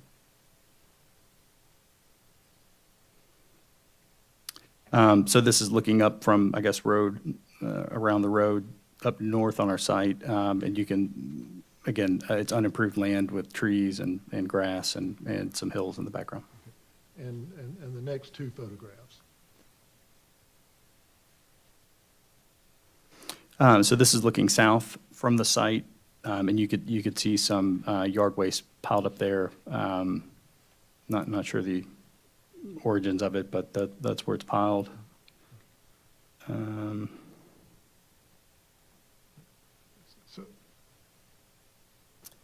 And then it looks like, well, I'm not sure what that is on the other side there, but it's maybe some storage facilities, I'm not sure. I actually think those are the trailers of semi-trucks going up and down the interstate. Oh, okay, I'm sorry. But I don't mean to testify, but you didn't take those photographs. No, I didn't. No. Okay. Is there anything about this property in particular that makes it particularly suitable for the kind of project you want to build? Yeah, there are several things. So, I think first and foremost, it's really challenging to find land of any real size or at a reasonable price in the state generally, but North Asheville area in particular. So that was honestly the first thing that kind of drew us to the site. From there, though, we have a couple of criteria that we look at. The first is where there's need and areas of high priority for the jurisdiction that we're in. And so in this case, we were told by a handful of commissioners that the Swannanoa area was certainly an area that was a high priority for housing for them and in light of the hurricane. So that was helpful. There's also some objective criteria that we look at, and so the state, North Carolina Housing Finance Agency has a location proximity score that they evaluate each deal that comes in front of them, and it looks at the location relative to certain amenities like grocery stores, bus stops, schools, so forth. And for a small town, by the small town standards of which they consider Swannanoa, the project score is extremely high. So that was a good indication. And then we're also looking at a need. Is there demand for what we're proposing to build? And so that just entails determining what the market area, likely area that we're going to draw market folks from to live in the community, an assessment of how many of those would qualify to live in the community, and the percentage of which our property would capture. In this case, the capture rate, they would call it, is around 4%, and anything below 10 is considered good. So all those. Thank you. In preparing to submit this application, did you make contact with the neighbors around the property? Yes, with kind of varying degrees of success. So I visited the community to the west with the horse farm, spoke with the resident or someone who was living in the house at the time, and provided our contact information, which they said they would pass on to the owner, who would get back to us if they had any questions. And so we never heard back in that case. I was able to speak with the owner of 3 of the parcels that are the ones that I described as 2 vacant and 1 with a single-family home to the north. In that case, the primary concern was about the quality of the construction, in which we assured him that our communities are indistinguishable from market rate communities. And then he was also concerned about the being able to see our project, and so he was happy when I told him how far away our building sat from where he lived. So that was really all that came of that conversation. I'd reached out to the Great Eagle owner to ask if she had any feedback. Was told that she would get back in contact with me if she did, and I never heard back directly.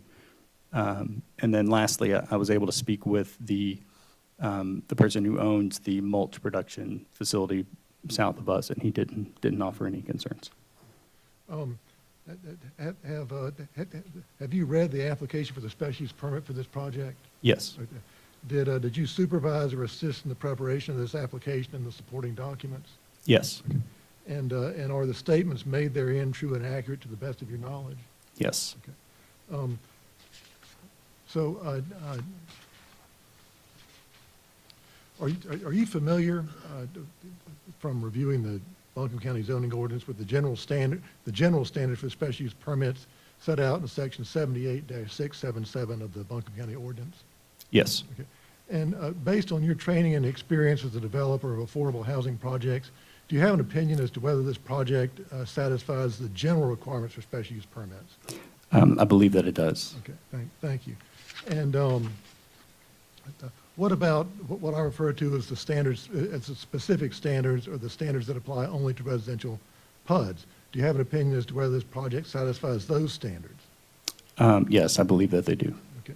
And have you had an opportunity to review the Buncombe County Comprehensive Plan, either in altogether or in parts? Yes. Okay. And do you think this project will be consistent with or promote the policy of increasing, will promote the policies of that plan with regard to affordable housing? Yes, I do. Right. At this time, I have no more questions for Mr. Cox. I'm glad to offer them to the board if you all have any questions. Thank you. Mr. Chair, I've got a question for you on this. Mm-hmm. Is it normal that a witness can testify as to what other people told him? It's usually hearsay, yeah. Did we hear some of that in the presentation? Well, when he spoke to all of the surrounding people. Oh, he can mention his conversations that he had, of course, but not really what they reported back. But we should take that with a grain of salt when you know. And once again, the Board of Adjustment, we're not subject to the formal rules of evidence or anything like that. So you can consider evidence as long as it's valuable to the ultimate decision. Okay, thank you. Yeah. But you wouldn't consider it as expert testimony or anything like that. So, Joel. You have structures for the development. Okay, on the application, it said land was on CS, on CS and R2. Will the structures be in the CS portion or the R2 or both? I can answer that question briefly, Mr. Mazzillis. Joe Boyd, our engineer, will provide more detail about that later, but I believe it's a true statement that the structures and the project as a whole will be located on the CS zoned property. Will be on the CS, okay. That's my understanding. Mm-hmm. And then I got a quick question for Please. staff. Yeah, I think it's great you're proposing affordable housing. For the staff, the board can't consider that as a criteria, right? Little bit of help, what I think will be helpful background. First of all, the county really doesn't have purely segregated zoning districts. Modern planning is to move away from that. We have zoning districts that allow mixed use, so that R2 and CS are perfectly suited for what they'd like to do here. Layered on top of that, I was actually here when we wrote the community-oriented development program. And what that does is it incentivizes density based on good design, providing things like access, proximity to shopping centers, things like that, and affordability, and it gives you density. So 2 examples of recent projects in the area are the East Haven development and the villas in Swananoa. So this project actually gives us affordable product in exchange for density. It's spoken to in the ordinance itself. I think that you evaluate the project based on the merits of the project, just like you would any other project. But this one is a little special because they've actually held themselves to a higher standard that's allowed by the zoning district, the community-oriented development program, that is.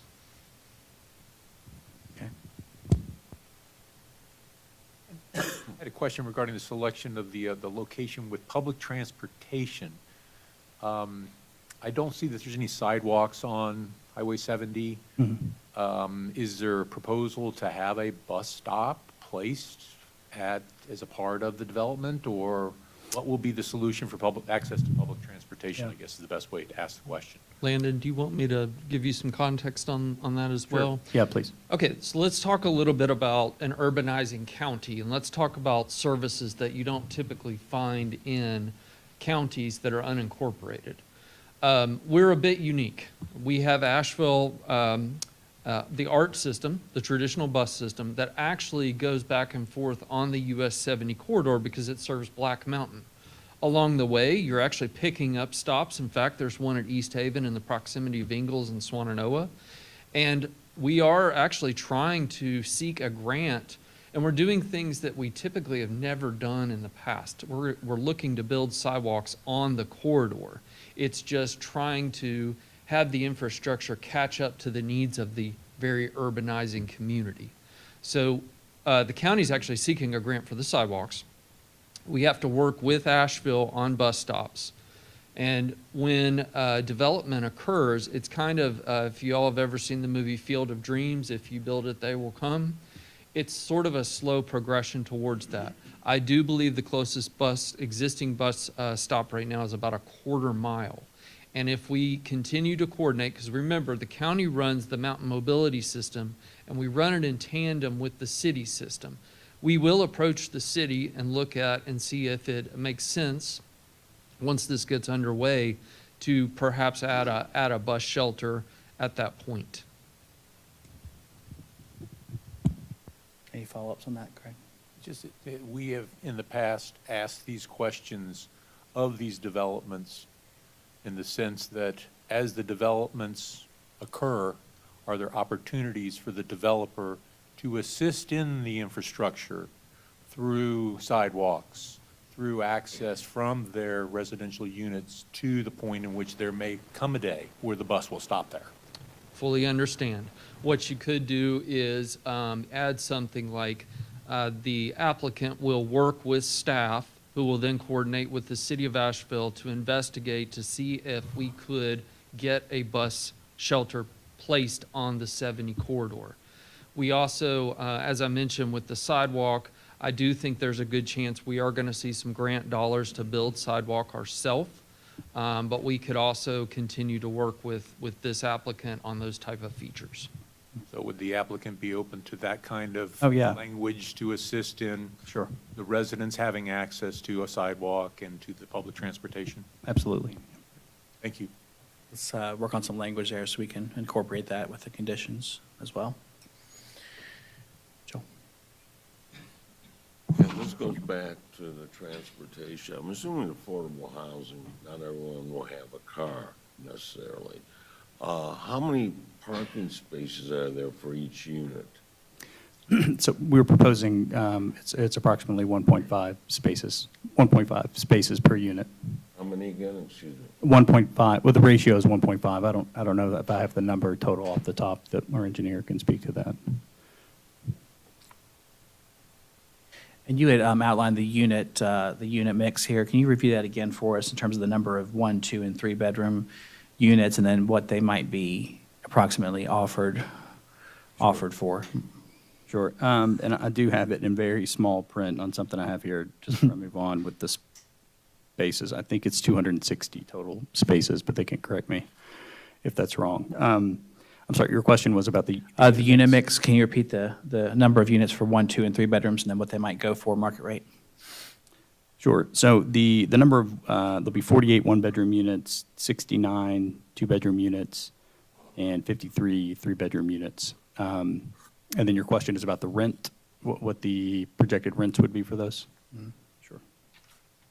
So it will depend on the income of the household. And I should have mentioned, the idea behind affordable housing is that households shouldn't have to pay more than 30% of their gross income toward housing, which includes the rent and utilities. And so these rents are set federally, but the rent that we're projecting for 1, 2, and 3 bedrooms at the 30% AMI level, the lowest is $424 for 1 bedroom, $501 for 2 bedroom, and $574 for a 3. For the 50% range, that's $795 for 1 bedroom, $951 for 2 bedroom, $1,096 for a 3 bedroom. For the 60% AMI range, that's $969 for 1 bedroom, $1,161 for a 2, $1,338 for a 3. And for the 70% AMI, that's $1,144 for a 1 bedroom, $1,310 for a 2 bedroom, and $1,556 for a 3 bedroom. But I should note, those numbers will change. They're set annually. By the time this goes in, those numbers will have changed, but at the federal level. But that's a good approximation of what to expect. You mentioned the NC Housing, NCHFA organization. Are you part of their program? Are you taking advantage of that financing with them? Yeah, we intend to, yes. Our communities are financed using low-income housing tax credits. Those are issued through the North Carolina Housing Finance Agency, as well as housing bonds that are issued locally here. It's a great program, yeah. Other comments, questions? Thank you so much. Sure.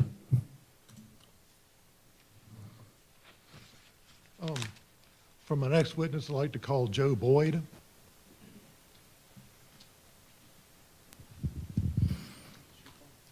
Yes, it is. Please raise your right hand and state your name. Joe Boyd. Do you swear or affirm to tell the truth and nothing but the truth? Yes. Thank you.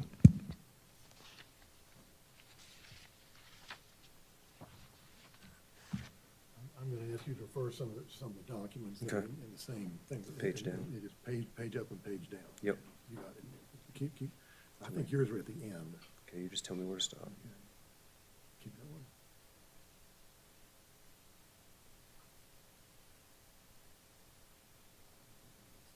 There's the site. Okay, yeah. That'd be a good start. Sure. Okay. Okay. Mr. Boyd, would you state your name for the record, please? Joe Boyd. Okay. And how are you employed, and how long have you been employed there? So I've been employed with Withers Ravenel engineering firm for 13 years with total experience of 20 years in civil engineering. Okay.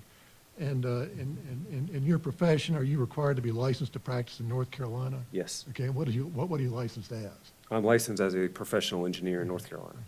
Okay. And are you currently licensed? Yes. Okay. Would you briefly describe your education, training, and experience? And I would point out that the resumes for these witnesses are in the documents that the board has. Sure. Yeah. I'm a graduate of UNC Charlotte with a bachelor's in civil engineering. And I've been working for 20 years in the field doing multifamily, single-family, private and public residences very similar to this project for the last 20 years, and 13 of which at the company I'm at now, Withers Ravenel. My title is Senior Project Manager. Have you ever testified under oath as an engineer in any other proceeding, whether, other than this one, whether that was in court or a local board, or prepared a report that's been used in court or other legal proceeding? Yes, I believe so. Okay. And have you been asked to provide a professional opinion in any of those proceedings? Yes. Okay. At this time, members of the board, I'd like to offer Mr. Boyd as an expert in the field of civil engineering and site design. So tendered. Mr. Boyd, what has been your role in this project? What parts of the application did you work on or prepare? So basically, me and my team have been the lead designers of this project. With the plan you see here, we prepared this drawing along with others and then corresponding with staff and our team on the project. We helped prepare all the applications and documents that were submitted to the town to initiate this process. Okay. And the document that's displayed for the board right now, that's just one of many drawings that are in this application? Correct, that's right. So are the application and plans, the application you prepared or assisted in preparing, and the plans true and accurate to the best of your knowledge? Yes, they are. Would you briefly describe what you did in the preparation of those plans? So basically, our firm also offers environmental services, surveying services, other things, but we received survey for the project from another firm, but we took that survey and then did the design plan for this project to make it work and to meet, state and local jurisdictional requirements. Did the design of it to make sure, we meet all requirements. There's water and sewer access and provided. We treat the stormwater and meet all regulations. Okay. And so, and in the course of doing that work, you also ensured that it would comply with local regulations? Yes. Buncombe County zoning ordinance? Yes, correct. Briefly, referring to the site plan and the elevations that are the next page down there, would you basically, describe the project for the board? Sure. So the project, I guess if I can go, I went past the other one, but there are three main buildings that the residents will live in that comprise, the different kinds of units. Their elevation, they're basically between 3 and 4 stories. One is a split level 3, but then 4 on the backside. But between 3 and 4 story buildings, again, there are 3 that kind of wrap the development. There is a proposed clubhouse with amenity area also proposed, and then associated parking and utility services. Okay. And there's a lot more detail than you just described in those plans. And Yes. The board can feel free to ask you about that, but I think that provides a pretty good overview. Right. So in the course of your preparation of these plans, did you become familiar with the standards and criteria set out in the Buncombe County zoning ordinance for special use permits and for planned unit developments? Yes. The general and specific requirements. Correct. Did you hear me ask Mr. Cox about those? Yes. Okay. And so based on your qualifications and experience and your familiarity with the application and the Buncombe County ordinances, do you have an opinion to a reasonable degree of engineering certainty as to whether this project, if constructed substantially as proposed, will satisfy the standards for special use permits in general and for planned unit development, residential planned unit developments in particular? In my professional opinion, yes. Okay. That concludes my questions for Mr. Boyd, but anticipating one of the questions going to come up, could you also describe where the driveway is for this project? Sure. And how it might affect or not affect the neighboring mobile home park? Yes, so the driveway, and again, I guess plan view south, that would be east. Right. But we are accessing on the south end of the project, again, from what I'm looking at on the left side, that is the main access. And I think we're oriented the same, so that's the main access into the project site. It'll be near the parcel that is to the south. Okay. And so it would be on the opposite side of the property from the entrance to the mobile home Correct. community? It is on the complete opposite side of the mobile home. That's correct. Those are all the questions I have for Mr. Boyd at this time. I'd be glad to make him available for questions by the board members.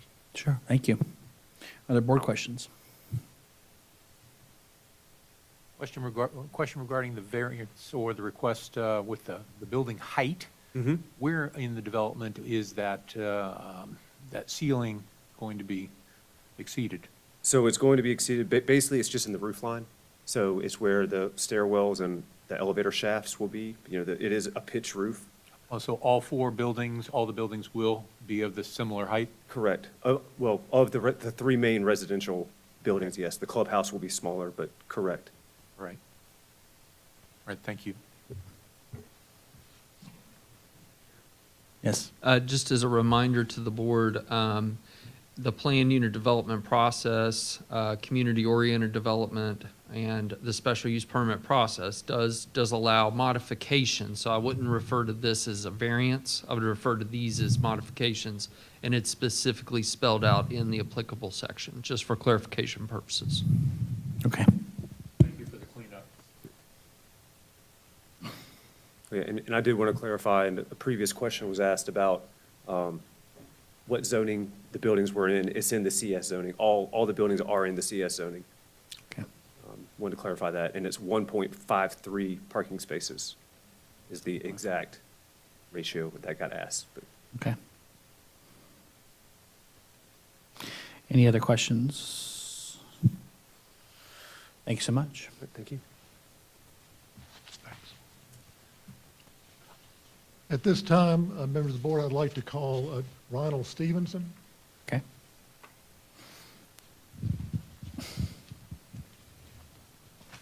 Please raise your right hand and state your name. Ronald Stevenson? Do you swear or affirm to tell the truth and nothing but the truth? Yes, I do. Thank you.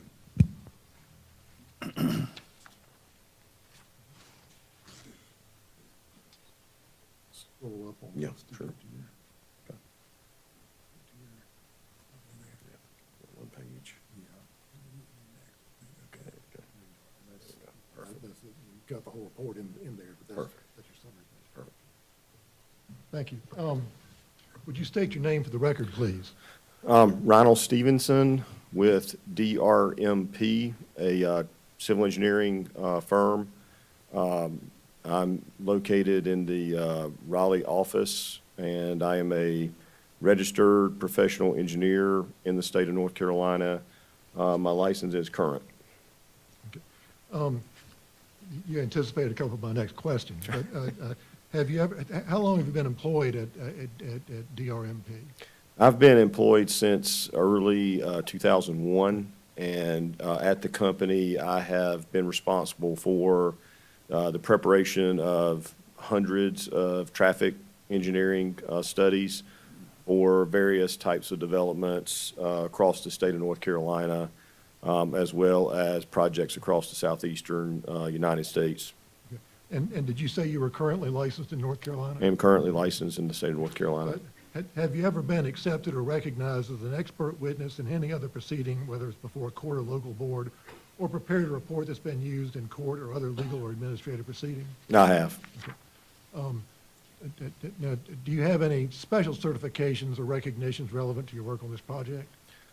Other than a professional engineering license, which is typically required to perform traffic studies.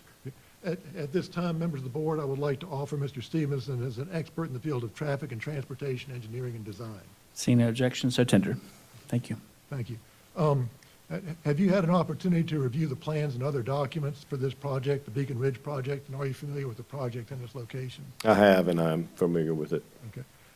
What has been your role in this project? Which parts of the application you work on or prepare, and what was the purpose for doing this? Sure. We and my firm prepared a traffic impact study for this development, and the purpose of that study is to evaluate any potential traffic transportation impacts that the development may have on the surrounding roadway network. And we have done so in a traffic study dated November 4th of 2025. Okay. And that complete traffic study or traffic impact analysis is it a study or an analysis? It's an analysis. Okay. Traffic impact analysis is in the record of the materials before the board. Okay. Can you briefly describe what you did in the preparation of that traffic impact analysis? Sure. So what we do with a traffic impact study or traffic impact analysis is, first of all, we do follow kind of standard guidelines that are maintained or by the NCDOT and any local requirements as well. But in that traffic study, what we do to evaluate traffic impacts is we go out and take traffic counts, current traffic counts, along the roadway or at a nearby intersection, and we determine the trips that would be generated by the particular site, add those trips onto the road network, and then we run through a series of analysis to determine the capacity operations of the roadway and intersections, and we're evaluating measures such as delay and queuing for vehicles that would be expected when the site is built out, completely built out. In doing that work, did your methodology follow the practices for traffic impact analysis that are standard within your profession? Oh, we did. Yes, sir, we did. Can you briefly summarize your findings with reference to the page that's displayed on the screen there? Yeah, sure. What we're looking for is to make sure there are no significant impacts by the development, and if there are, we are looking for what improvements may be needed to accommodate those traffic impacts. And based on this particular development, it generates a relatively low number of trips that are added to the roadway network, and so we found that there was no significant impact to the transportation network created by this particular site. And another thing that we're looking for there is how the driveway may function and what improvements may be needed at the driveways. And the site with the driveway located along US 70 or Tunnel Road, there is a center left turn lane that currently exists on that road. So the left turn lanes or left turn movements are accommodated, which is an important movement. We did look at the need for a right turn lane at the on 70 or at the driveway, and the number of right turning vehicles were low enough that it did not meet warrants or requirements for a right turn lane based on the NCDOT's criteria. And have you been working with the NCDOT throughout this process? We have. We've consulted with NCDOT on the study for things like make sure we're getting counts during the correct times, the correct locations, and they have reviewed our study, I would say, on a preliminary level. So we are awaiting final comments from NCDOT, but they have looked at our study and indicated there's no major issues with it, but they'll be issuing final comments or requirements in the near future. And we will have to coordinate with NCDOT in the future to obtain a driveway permit for this project. So at that time, NCDOT will be looking at very specific design matters such as the driveways and all those kind of things. So we will have to submit plans and drawings to the NCDOT for them to approve that as part of the driveway permit process. And based on a review of the application for this project and the supporting materials, the traffic impact analysis that you prepared, your training and experience, do you have an opinion to a reasonable degree of engineering certainty that the proposed Beacon Ridge project, if developed substantially as proposed, will comply with applicable NCDOT regulations and will provide for satisfactory ingress and egress, automobile safety and pedestrian safety, and convenience in the immediate area, and will provide satisfactory traffic flow and control and not cause undue traffic congestion? I do. My opinion is that it will. Thank you. That's all the questions I have for Mr. Stevenson at this time. Any questions on traffic? Thank you so much. Thank you. Okay, and thanks, Mr. Stevenson. My final witness is John Palmer.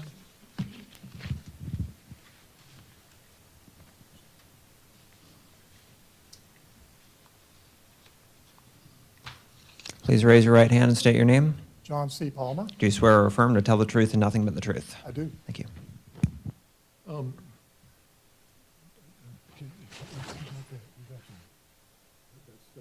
That's displayed on the screen. That's your okay. Mr. Palmer, please state your name for the record and state how you're employed. John C. Palmer. I'm the principal appraiser and owner of the Palmer Company, Inc. And how long have you been so employed? Over 25 years Okay, is that with your own company? with my own company. Okay, did you work in other places before that? Yes. Okay. So would you briefly describe your training and experience then? Yes, I'm a certified commercial real estate appraiser in the state of North Carolina. I'm also a real estate broker, also licensed in South Carolina and Virginia. I hold the MAI and the AIGRS designations from the Appraisal Institute, and I'm a CCIM designated from the National Association of Realtors. Okay, and that's a lot of alphabet soup there. It is. But those are all professional certifications, is that correct? Yes. Okay. Have you ever been accepted or recognized as an expert witness in any other proceeding before a court or local board, or prepared a report that has been used in court or in other legal or administrative proceedings? Yes, many. Superior Court, District Court, and before this board a number of times over the years. Okay. And at this time, I would like to offer Mr. Palmer as an expert in the field of property valuation and appraisal. And no objection, so tendered. Thank you. Would you describe your role in this project? What were you asked to do? I was tasked to look at the project and develop an opinion of whether the property would be detrimental or injurious to the surrounding properties and also the neighborhood. Okay. And in performing your work, would you please describe what you did? Yes, I looked at the project, had some questions, and then I went into the market to try to find similar or comparable apartment complexes which I could look in the neighborhood around those to see if there was any effect of on property values of the proposed project. Okay. And in performing your analysis, did you follow practices and procedures that are standard and generally accepted within your industry? Yes. Okay. And are your findings backed up by data that's included in your report?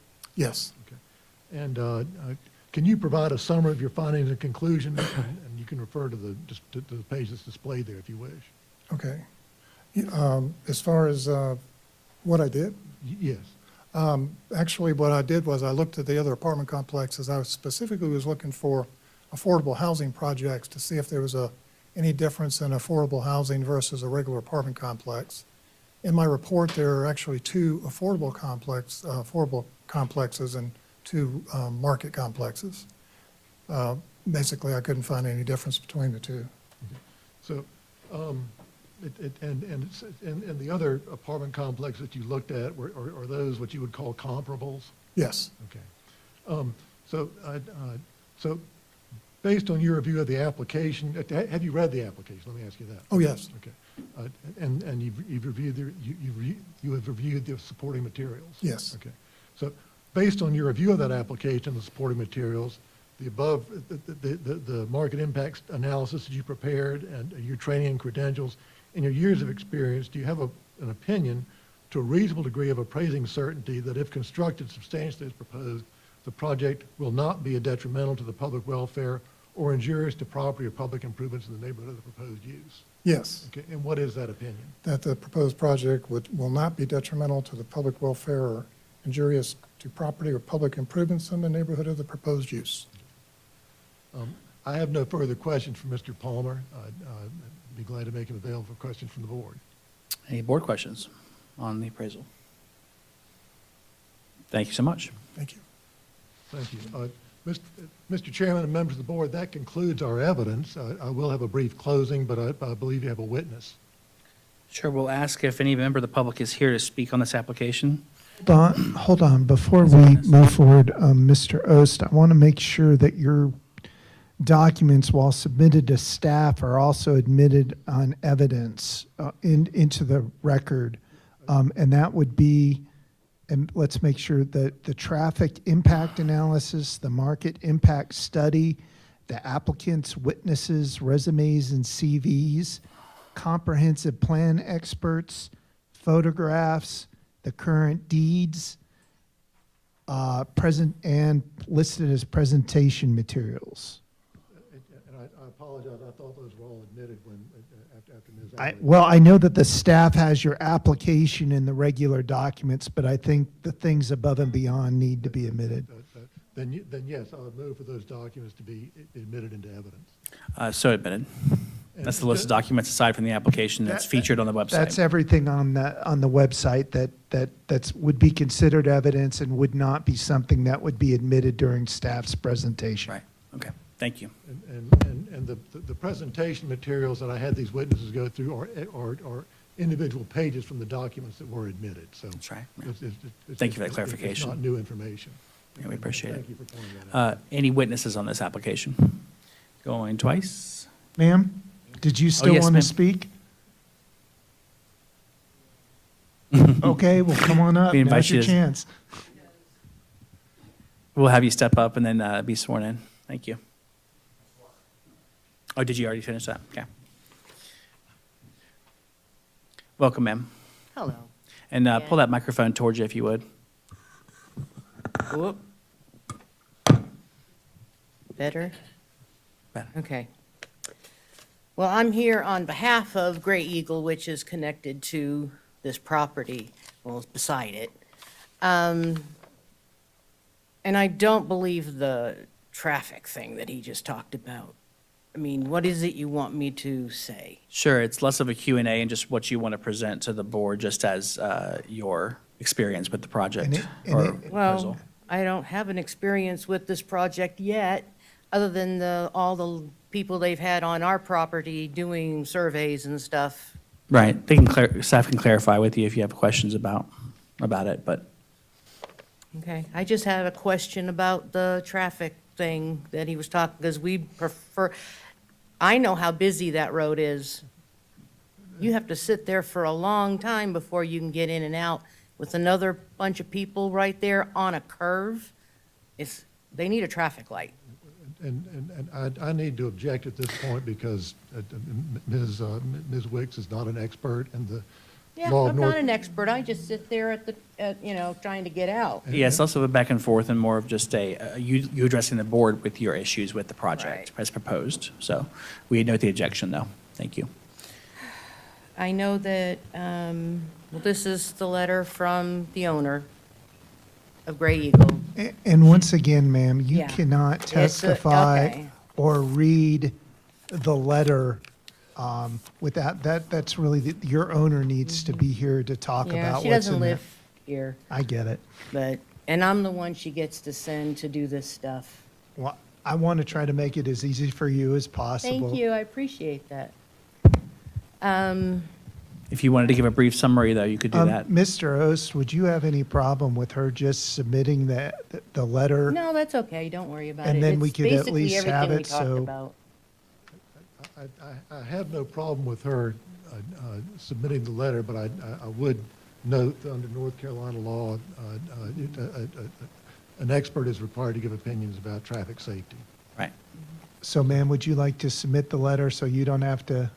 No? Okay. We've talked about everything. Okay. And the only other problem that I would have, and that she had, personally myself, is the parking lot, or not the parking lot, the exit. You know what I mean? But we're gonna talk, he said, so. Well, thank Other you than very much. that, we're good. Thanks for being here today. We appreciate it. Thank you for even letting me come up. Of course, yeah. Thank you so much. Anyone else? Interesting. Anyone else here to speak as a witness on the matter? All right, hearing none, we'll ask for a closing statement if there is one. The next thing on my list of things to say was to move for the exhibits to be admitted. Including all the documents in the list on the website, and I'd also like to move for the admission of ordinances numbers 78-677 and 78-678. Those are the special use permit and PUD ordinances. Okay. Members of the board, we have presented competent material, substantial evidence on each of the standards set out in your code, the sections that I just mentioned for each of the factors that we need to satisfy. There was really no evidence to the contrary, and under North Carolina law, we've satisfied our burden of production. And with that in mind, the Board of Adjustment really has to approve our special use permit application. And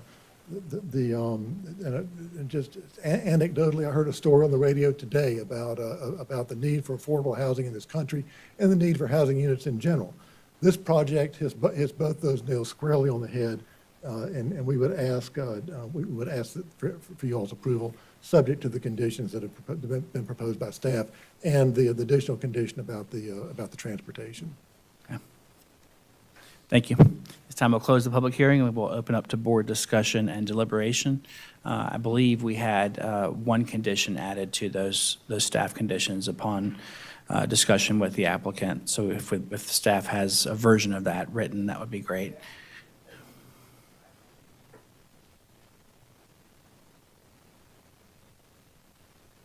So we have the following, that the applicant will coordinate with the Buncombe County planning staff, who will in turn coordinate with the City of Asheville transit staff on the installation of a city-approved bus stop shelter, if merited, along US 70 corridor, and that the applicant will coordinate with Buncombe County planning staff to advocate for the approval of a state grant in order to construct a sidewalk along the US 70 corridor.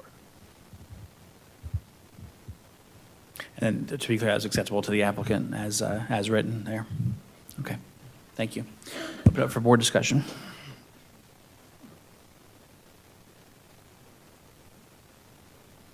I have just one thing to mention. I'm familiar with 70, and it is a 55-mile-per-hour speed limit. And it is difficult to get on and off that road. I don't know what the line of sight, I've looked at the traffic analysis and it's in letters, so it's not really clear what the line of sight is, but that would be a concern. Right. I think it is a straightaway, and then the next light is to the east, quite a few feet to the gas station. So, yeah. Thank you, ma'am. But we finished the public comments. Sorry. Board deliberation at this point. Other comments? Mr. Chair, if it pleases the board, planning staff will be more than happy to initiate a conversation with NCDOT Division 13 to seek a reduction of the 55 mile per hour to perhaps 45. It's mostly 45 through the rest of the way, all the way to Black Mountain.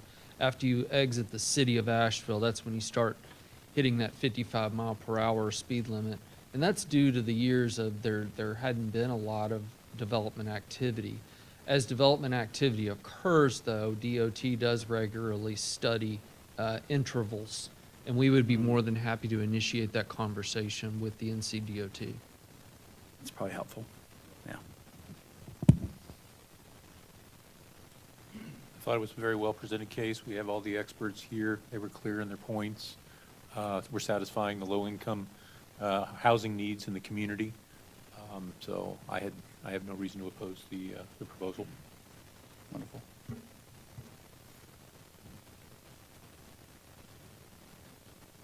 All right. Any motion for us to consider? I'll pick one up for you, Craig.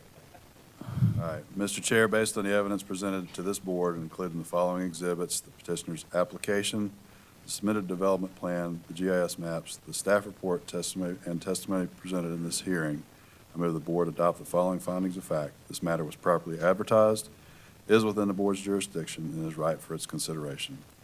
That this application, together with the conditions proposed by staff and/or this board and agreed to by the applicant, does meet the requirements for granting a special use permit contained in the Buncombe County Code of Ordinances, Section 78-621, Paragraph 3. There's been a motion on findings of fact. Is there a second? Second. Hearing a motion and a second. All those in favor, please say aye. Aye. Any opposed, nay? That Aye. passes. Mr. Chair, based on the foregoing findings of fact and for the reasons set forth therein, I move that this requested special use permit be approved and that the order approving the permit be adopted and executed as presented and as modified in this meeting. There's an approval motion. Is there a second? Second. Hearing a motion and a second. All those in favor, please say aye. Aye. Any opposed, nay? That passes. Thank you very much and congratulations. And we will move to an order reading and adoption of an order.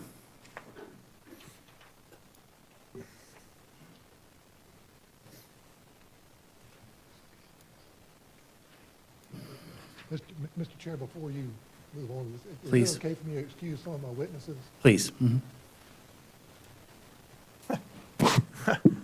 Mr. Chair, member of the board, Members of the board, I propose the following order. One, that the board has jurisdiction, and this is ripe for consideration. This is applicant applied for a special use permit for a PUD 1 development for a 170-unit multifamily residential development on two tax lots that are unaddressed parcels off of US 70. That the property is located in the CS and R2 residential zoning district, and that at the hearing, the applicant and any parties with standing were given an opportunity to be heard. The board makes the following findings of fact. One, that the land within the PUD will be under single ownership or management. Number two, that the density is consistent with the intent of the district which it is located in. Number three, the land uses are compatible and do not violate the intent of the zoning district and do not disrupt the character of the community. That the proposed land use meets the minimum requirements for land development as follows. One, the minimum lot size and requirements for interior setbacks do preserve the spirit and intent of this section and does comply with the density requirements for the zoning district with respect to the total development plan. The proposed height set forth in the application does comply with the spirit and intent of this section with respect to the total development plan. Where the building heights exceed the minimum allowed by the ordinance, the board finds the unique elements of this development impose requirements for additional heights that are not universal throughout the zoning district. The board finds that the minimum distance between buildings will ensure adequate air, light, privacy, and space for emergency vehicles. That the development does provide reasonable visual and acoustical privacy for all dwelling uses. And that the structures located on the perimeter of the development will be set back from the property lines and rights-of-ways of abutting streets in accordance with the ordinance. The board finds that the proposed parking does comply with the spirit and intent of this section. As applicable, the board finds that the conveyance and maintenance of open space, recreational areas, and community-owned facilities are in accordance with the North Carolina General Section, Chapter 47 of the Unit Ownership Act, and that the board finds that the building envelopes are shown on the submitted site plans depict the maximum expanse of the proposed footprint of the structure. That pursuant to 78-677G of the zoning ordinance, the proposed use will not adversely affect the health or safety of persons residing or working in the neighborhood of the proposed use. The proposed use will not be detrimental to the public welfare or injurious to property or public improvements in the neighborhood. The proposed use will not have an adverse effect on surrounding properties due to noise, vibration, odor, or glare effects. The provisions for off-street parking and loading areas where required with particular attention to the items in 78-658 have been arranged for. That provisions for adequate and proper utilities have been arranged for. Provisions for buffering if deemed necessary have been arranged for. Signs, if necessary, and exterior lighting with reference to glare, traffic safety, economic effect, and compatibility are in harmony with the properties in the district. Playgrounds, open spaces, access ways, and pedestrian ways have been arranged for. The buildings and structures with reference to location, size are acceptable, and hours of operation are acceptable. The following conditions are imposed. One, all stormwater requirements and conditions must be met and approved by the stormwater administrator. Mechanisms used to guarantee affordability must remain in place for a minimum of 15 years following the issuance of a certificate of occupancy. Deed restrictions shall include the mechanisms to guarantee affordability. The project must be constructed as depicted by the site plan. The applicant will coordinate, I'm not going to reread those, the two conditions regarding the bus stop and the sidewalk grant. And then also, we're including that the site plan, prior to any land disturbance, The applicant must submit a site plan containing the specific provisions of E through H, which are standard in all of our orders. Number 7, the master site plan shall not replace any requirement for pulling an individual site plan permit, and the applicant must agree in writing to these conditions. Based on the foregoing findings of fact, the board makes the following conclusions: that the special use permit together with the conditions, meets each applicable requirement of the Buncombe County zoning ordinance, and that therefore, based on the findings of fact and conclusions of law, that the applicant is hereby granted a special use permit for a planned unit development on the property as requested, subject to the conditions above, which are incorporated herein, this, the 12th day of November, 2025. There is an order. Are there any comments? Are there any questions? Any motion? There's a motion to approve. Is there a second? There's a motion to approve and a second. All those in favor, please say aye. Aye. Any opposed, nay? Thank you. That passes. All right, this time we'll move to our next case. ZPH 2025-00033, 2544 Hendersonville Road, special use permit. And our planner, Jason Payne, will be joining us.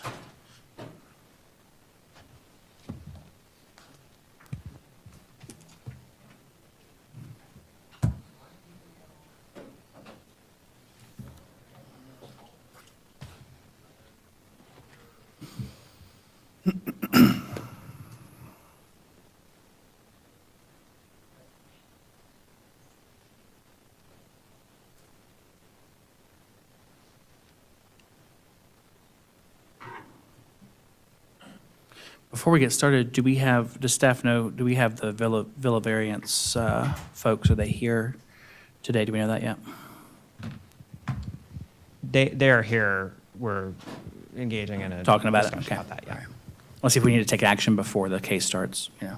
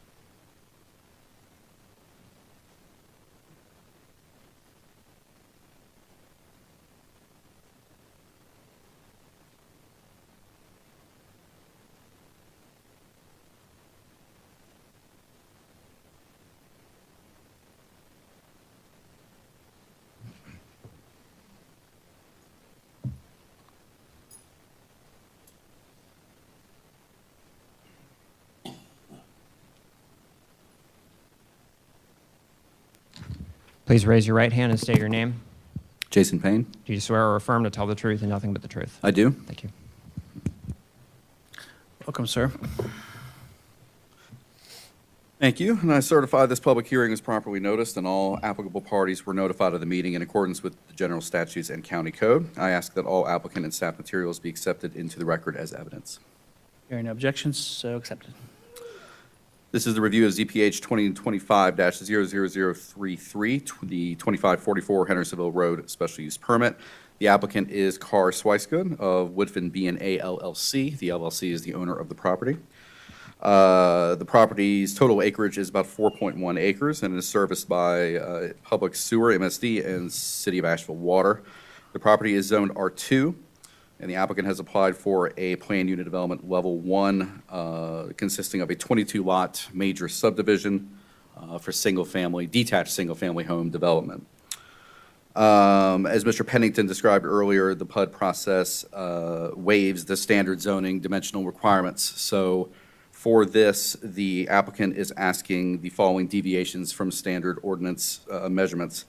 Lot size, a reduction from 6,000 square feet to 3,660 square feet. And the interior setback for the side, a reduction from 7 feet to 5 feet. If the board approves this project, staff recommends the following conditions. A major subdivision plat must be submitted, approved, recorded, and new pins assigned and reflected in the Buncombe County GIS prior to site plan review applications, and an NC DOT permit is required. Do you have any questions? Any board questions for staff on this one? Seeing none, thank you very much. Okay, thank you very much. And do we have any applications for standing on this matter? So on this matter, we did receive from one individual the form requesting to participate as a party with standing. And then we received 3 other emails from individuals that did not include the actual form, but were requesting to participate as parties with standing. Okay. Do you want to go by those names one by one and see if they're here? So the person who submitted the form was Brenda Smith. Wonderful, yeah. Did you want to assert standing in the matter today, or did you want to speak as a witness?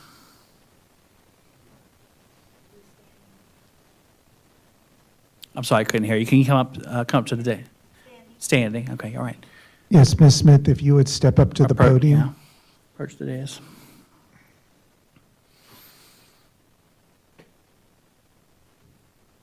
And you can adjust that microphone as you need to when you get up there. Staff will swear you in.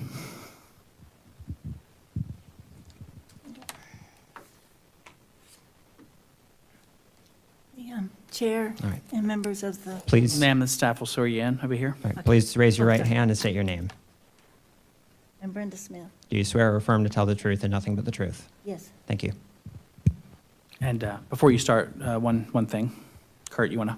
Yes, Ms. Smith, this is not the time to give your testimony. This is the time for you to establish whether you have special damages that are unique from the rest of the community. So what you are essentially but if the board grants you standing, you are basically would be able to participate in this hearing as more or less like a pro se person representing yourself. Okay? So what we need to do right now is determine whether or not that you are eligible or that you qualify for standing. Okay? Yes. Okay. So if you could tell the board what about this project or development causes you special damages that are unique from the rest of the community. I do have of note, the special permit sign was posted on Monday, November 10th, not 10 to 20. Yeah, if you'll just pull that microphone to you. sorry. Yeah, thank you so much. Yeah, I'm Brenda Smith. I reside at 2516 Hendersonville Road. I'm here with my husband, David Smith, and right next to 2544 Hendersonville Road there. The special permit sign was not posted till Monday, November 10th, not 10 to 25 days prior. That's just of note there. In my interest in the property, the easement, right-of-way, impact, I have 9 items. May I present those at this time? Just keep it to how you might be particularly affected apart from your neighbor, different from your neighbors uniquely, Okay. that qualifies you for standing. I got electrical line access, mowing, trimming, fence line access, gas pipeline easement, driveway access required, fresh spring pond, stream drainage, large parking lots, drainage a factor due to toxic runoff from vehicles. This involves the Corps of Engineers. Ground stability, reasons surrounding properties have building size restrictions, flooding in the back section, home to the North Carolina endangered species, red cockaded woodpeckers, 10 years and growing. I do have a property line issue, which I have a picture here if I may present that. And then the only other item was upon plans review, there may be additional issues I don't know of yet. Those are my 9 items. Okay. Does the board have any questions based on that testimony? Does your property adjoin the property that is Mm-hmm. being developed? Yes, sir. And there's a major property line issue for years. Okay, and is there any contention about the property line? What does that mean? Is there any dispute about the property line? Yes, big dispute for years. And if the project were built as planned, as proposed here, what would be the impacts on your property or to you? They would be on our property from what we show.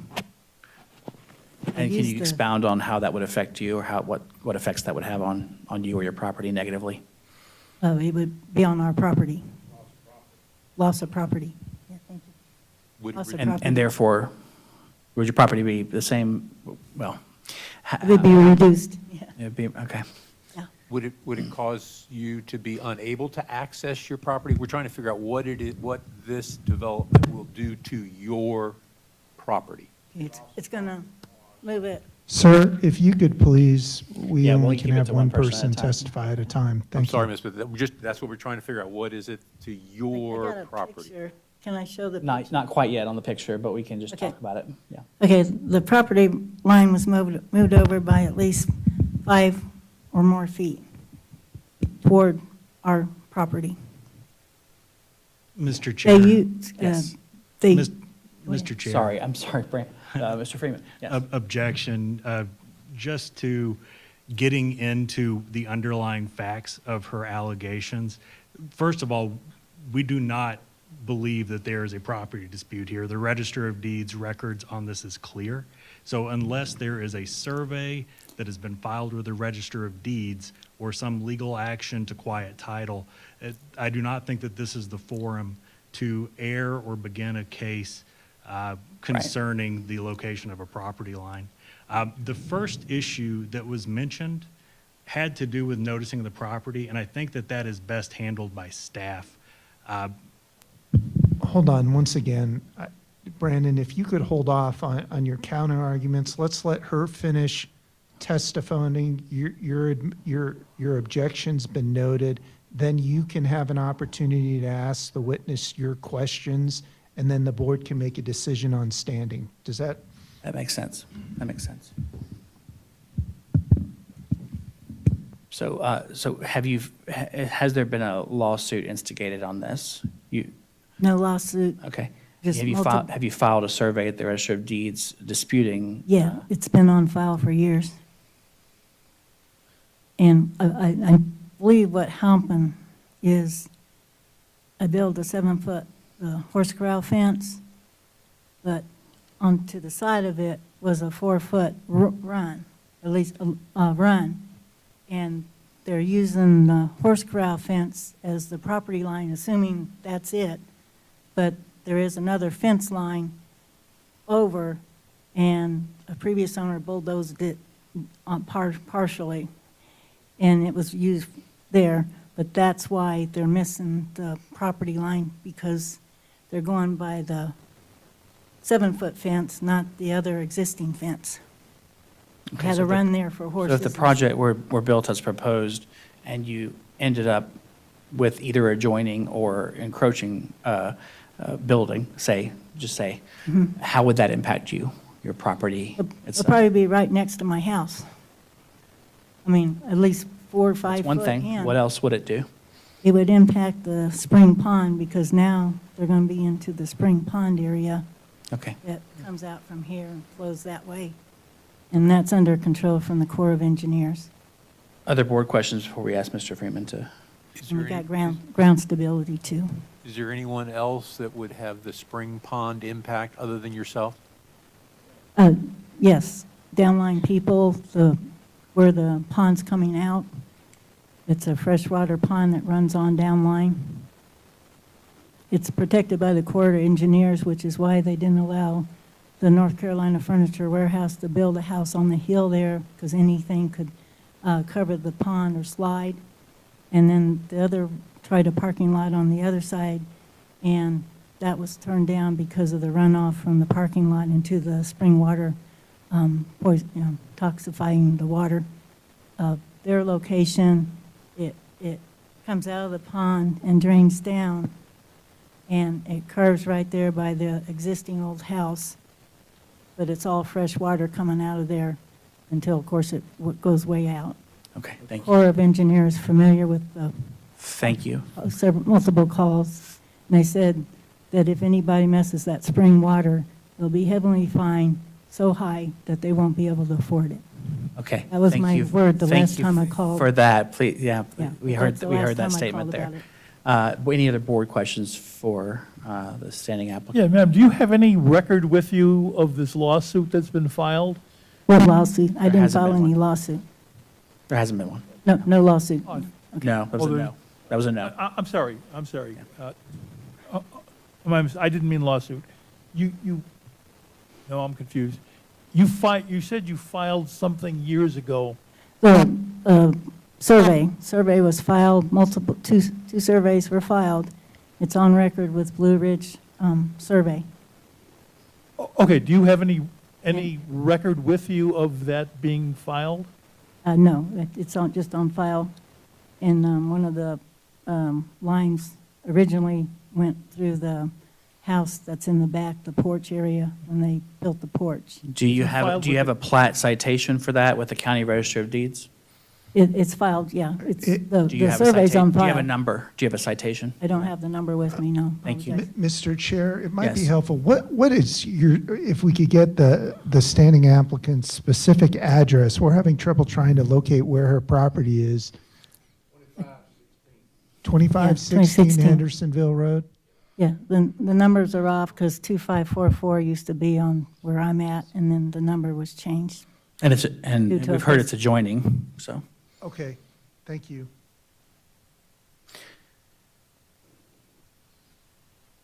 And so we'll ask Mr. Freeman at this time to cross-examine. Yeah. And I don't have any cross-examination. I would just like to address the board. Okay. I'm happy to do that from here or approach the dais. Sure. So I think that Ms. Smith may have some witness Just a testimony second, to could give you to speak this. into- Sorry. into the I think that microphone? Ms. Smith may have some witness testimony to give to this board, and we would not object to her testifying as a witness, but I do not believe that she meets the technical requirements for standing. So first of all, she began by saying she had standing based on having an easement in a property. And that is true that if you have an easement in a property, it can give you standing. However, the easements that she mentioned were actually utility easements. So they're easements that would be held by someone like Duke or MSD. To be clear, Disagreement- they weren't full surveys commissioned by them and filed at the Register of Deeds. They were utility easements filed. That's right. That's Okay, right. So okay. any easements that would be on file that we are aware of would be utility easements, and those are the utility easements that Ms. Smith mentioned to the board. I think that it's important to know that a disagreement with a property line does not give you an easement or an interest in a piece of property. So that is not enough in and of itself to give standing. So Ms. Smith would find herself in the same position of anybody who is in front of this board, asking for standing, she would have to show special damages. But she didn't really mention any damages. The only damages that she mentioned were things that might be common to the entire neighborhood, like concerns about will the water be protected, which we have someone who will talk to you about how the water will be protected. And we have a competent stormwater department that will make sure that happens. She talked about species of birds that need protection. But keeping birds around is, again, something that is common to the neighborhood as a whole. So again, I think that as an adjoining property owner, she may have some information that she would like to give to this board, but as this board knows, proximity alone is not enough to grant standing, and she hasn't given you anything more. Okay. And staff, any comments at this point before the board rules? Or any guidance before the board rules? Once again, that you all need to determine whether the standing applicant has presented any special damages in order to be granted standing. Even if she is not granted standing, that does not prevent her from testifying later on as a witness. And I just wanted to point that we did find the property in the plat. There is a recorded plat, and that plat is in deed book or plat book 185, page 139. 39. And based on our look, it does seem like the property line and the fence lines do not match based on the plat that's recorded. So, But there aren't two plats filed the same month, for instance, that would dispute the property line. So the fence is kind of irrelevant here. There is a note on that plat at book 185, page 39, that mentions lines established by Blue Ridge Land Surveying. It appears in the plat notes of the plat recorded at 185 at 39, which was recorded in 2017. I will read you the note if you would like me to. Please. Blue Ridge Land Surveying performed a survey for the C.L. Shuford heirs and produced a map, job number 00-176-D, dated October 23, 2000. No basis was found to justify the location and property lines shown on that map. No deeds have been written from that map. The lines established by the Blue Ridge Land Surveying map are shown hereon for information purposes only. And I will say, as one of the plat review officers in the planning department, that we run across notes like this all the time. People get surveys for different reasons. You might just get a survey of a boundary of your existing property. It doesn't necessarily mean that all surveys are recorded. But the book and page I did give to you is recorded for the subject property. Yeah, Mr. Pennington, can I ask a question? I'm really not familiar with surveys. I mean, I know what they are, but, with the technicalities of them, would it be at all correct to say that what you read, I could translate in layman's terms as they filed a survey, but we don't believe them? That's not a question I would be comfortable answering. The survey on file was presented to the planning department, and the type of survey that was filed, let me look real quick, it fell in an exempt category, which means that it could have been a recombination where you have multiple different parcels you're trying to unify into one. This is an old estate parcel, which is typical. It means it's really deep. So it looks like it had a few, and Jay, pull up GIS and make sure it's a unified parcel now. We think the purpose of this survey was to take multiple parcels and combine it into one. And that was the action of the survey. But we do run across different surveyors all the time that have things like deed gaps or disagreements or something of that effect. But this is the document that we have available to us on the public-facing Register of Deeds site. I think we have some level of clarity there. Yes, Paul, or not? Some. I wouldn't say. I mean, I don't want to spend the next hour on this, but let me try another interpretation so I can just understand this. Would it be correct to say that the the plat that you have defined is the real one? Or the correct one, or anything like that? So it is a recorded plat sealed by a surveyor who's licensed in North Carolina, state of North Carolina, to prepare surveys. I will say that it does indicate a fence line that shows up on the subject property, and that the recorded property line exceeds where that fence line is. We run across situations all the time where someone may have constructed a fence years ago that's on another person's property. In fact, some of this property is so old that one of the notes is that they found a pin in an old locust post, which is pretty typical of what surveyors used to do way back in the day. And then before that, if you didn't even have a survey, you might have just had a deed. And a deed might have explained things like Uncle John's oak tree. The survey is just much more clear if you do have a recorded survey on file, which we do. And Mr. Chair, if I can add, I know Mr. Pennington is not allowed to opine on things like this, but I think I can. I do think that's what note 13 in that plant meant.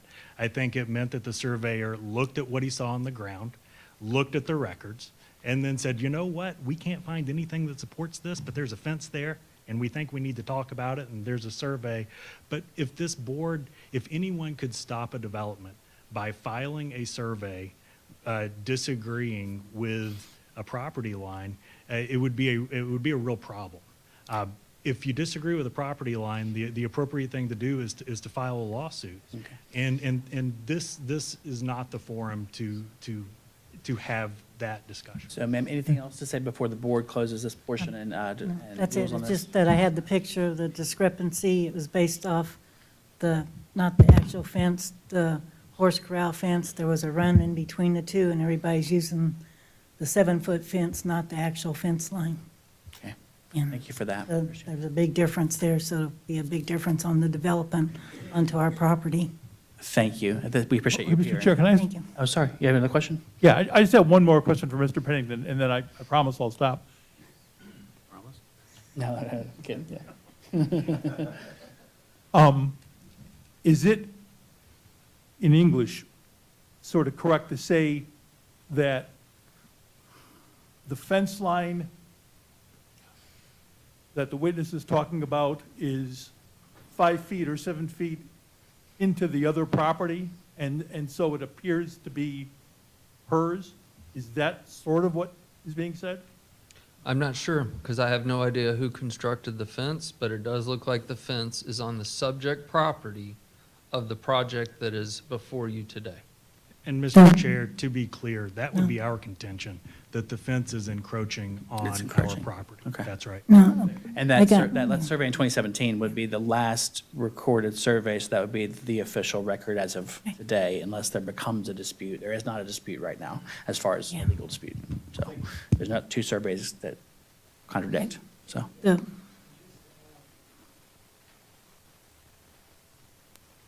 Sorry, no, just to add that if there would need to be an action for quiet title between these parties, and since there is nothing, I don't think that you have anything legal to go on, and that it is not your job to make a determination as to where the property line is. Right. Thank you all very much. Okay, I do have one question. I think they got which fence line's which. The one that's not marked was put in by the Youngbloods years ago. That one's not where the property line is, the flag is. The flag's on what I put in as a horse corral fence because they had a barbed wire fence, so it wasn't, I left it there so it wasn't safe for the horses. I understand why what you're there's a saying. difference I understand what you're between the saying, two. ma'am, but the fence, where the fences are and which fences are where are not the board's purview at all. It does not matter at all. But that's why if they build, they're going to be building on our property. So, Okay. thank you for that. We'll close that portion and ask for board deliberation on this. I don't think we've established standing with We this, have- with I this, have not. this issue. The issue we've been talking about is something we're not privy for. That's a subject for the courts to decide if that is a dispute. And that the case before us should be heard without this witness being withstanding. I have a lot of unanswered questions, but I don't know that it's our job to ferret out whether somebody is qualified for standing. And so therefore, I'm conflicted to think, I think if possible, there had been some assistance provided to this miss, that possibly could be a different outcome, but based upon what we've heard so far, I cannot support request for standing. Yeah, there weren't special damages that I heard alleged at all, so that's where Yeah, special damages was. Sorry, we've closed the the portion, new, we've closed the portion of this hearing survey. for additional comment, but we're going to invite you in a minute back later for witness testimony. Any other comments on this? If it were to be an issue, it'll flush itself out. Yeah. I mean, you're going to have lenders involved and utilities involved, and it will flush itself out if it is true. Right. All right, so is there a motion? Motion to deny standing. There's a motion to deny standing. Is there a second? Second. All those in favor, please say aye. Aye. Aye. Any opposed, nay? Thank you. So, Ms. Smith, what that means is that you cannot participate in the hearing as a party, right? But you are still able to stay and give your testimony when we open it up for other witnesses, which will be a little later in the hearing. Yeah, we'll have the applicant present their case and go through all that, and then we'll ask at the end for witness testimony. At that time, we'll ask you up first for that period. Do you understand? So you can still give your testimony, okay? For my items of Yes. concern? Yes, yeah. Okay. Thank you so much. If you'll have a seat with everyone. Thank you, Chair and members of the board. Thank you so much. Anyone else here to assert standing in this matter? There's a list of 2 or 3, I think, from Griffin. So the emails that we received that did not include the completed form for the request to participate as a party with standing, one of those came from Suzanne Nesbitt Dawkins. Is that individual here? Ms. Dawkins? And there were emails from Jerry Nesbitt and Steve Nesbitt as well. Okay. If y'all would approach one at a time, the dais, yeah. Do you all want to be heard as witnesses, or do you want standing to actually participate in the hearing, cross-examine witnesses and whatnot? Because one, you will be acting as a party almost as you'll be acting pro se on your behalf. You can cross-examine witnesses, that type of thing. That's standing. That's when you have standing. If you don't have standing, you will still be able to give your witness testimony, but you will not be able to cross-examine any other witnesses. We have no objection to them participating as witnesses. We would be objecting to these parties participating. Well, I'm just trying to figure out right now, Brandon, what your goals are, because if you want to participate, we'll go through the standing hearing.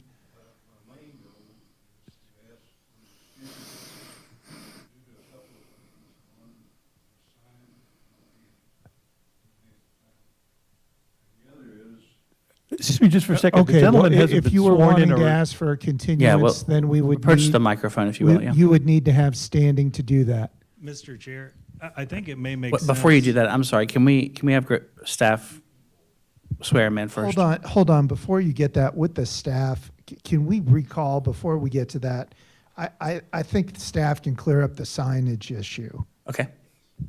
Let's do a point of order on that first. before Jason, do you want to? So the sign was posted on that Friday, Halloween, October 31st. We have a photo that is date stamped for evidence for that. We can submit that to the board if we need to for that. But as I attested under oath that this was done under the legal notifications that we are required to do. And that does, again, meet the criteria in the ordinance. Okay. It does. Thank you. Please raise your right hand and state your name. Jerry Nesbitt, Do you swear or affirm to tell the truth and nothing but the truth? I do. Thank you. I have adjoining property on the opposite side of Ms. Smith's property. And her property, the property that Mr. Swicegood bought, and my property are part of the old Shuford property, which the Shuford and their heirs have owned this for over 100 years. So this is the first piece that's been kind of bought out when Mr. Swicegood bought that a few years ago. And so, like I said, I would like to get an extension of this, and for 2 reasons. One, He says the sign's been there. Other people told me it was not there until Monday that they saw it. The second objection is, I guess you could call it inadequate notification to me, because I got the notification last Friday. I had been gone from my home, staying in Waynesville. I live in Salem, South Carolina normally, and that's my main address. And I was gone for 2 weeks. The post office was holding my mail, and they delivered it on the 7th. I was in Waynesville with my wife, who had shoulder replacement surgery. I had cataract surgery and teeth dental surgery during that 2 weeks. So I was kind of busy, but I got the notification when they brought the mail in on Friday. And so I started calling the folks that were involved with this, which were in North Carolina, Virginia, and Utah. And we just haven't had time to get a lawyer. We want to get a lawyer. They agreed we would need that. And we just hadn't had time to do it. Mr. Go Nesbitt, ahead. could you testify to the board at least what your damages are should this proposed project, or what you believe your damages would be if this project were to be constructed? I'm not sure where the road coming in runs. It runs right beside our property, on the property line, actually. We're looking at possibly selling our property. It'll be commercial property. The property that Ms. Smith was talking about, I think, is zoned commercial property. So this would be a piece of residential property in between two commercial properties. And if you look on Hendersonville Road, I would say 90% of the road, on both sides from Asheville to Hendersonville, is commercial property. And this would be a very unique kind of property, probably, I think maybe the first in Buncombe County to have a piece of property like this with this kind of development on it. And value-wise, it probably will have an impact on those two commercial properties on either side of it. And again, can you outline for the board, sir, what directions your property is in relation to this one? It's It on borders the it. south side, 2546. What's the approximate length of your shared property boundary? Approximately. It's about 3.2 acres, I think, the shared property. Staff confirms that.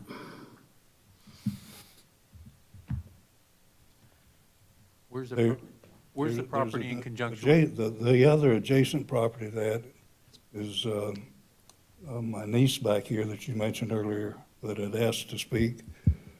Her property would be sold in conjunction with our property, so you got about 4.6 acres of commercial property sitting there.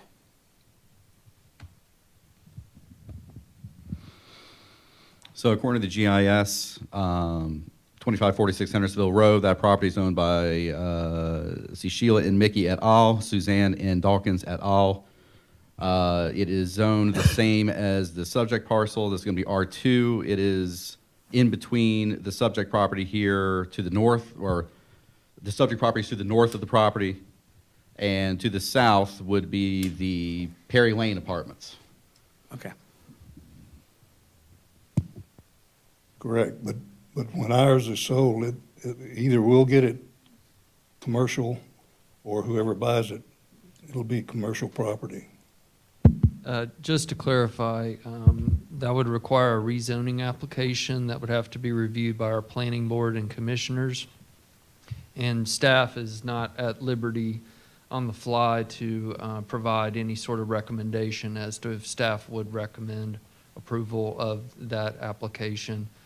There are certain things we have to evaluate, including spot zoning, and that would be my initial concern looking at this. So I don't see how that's relevant here.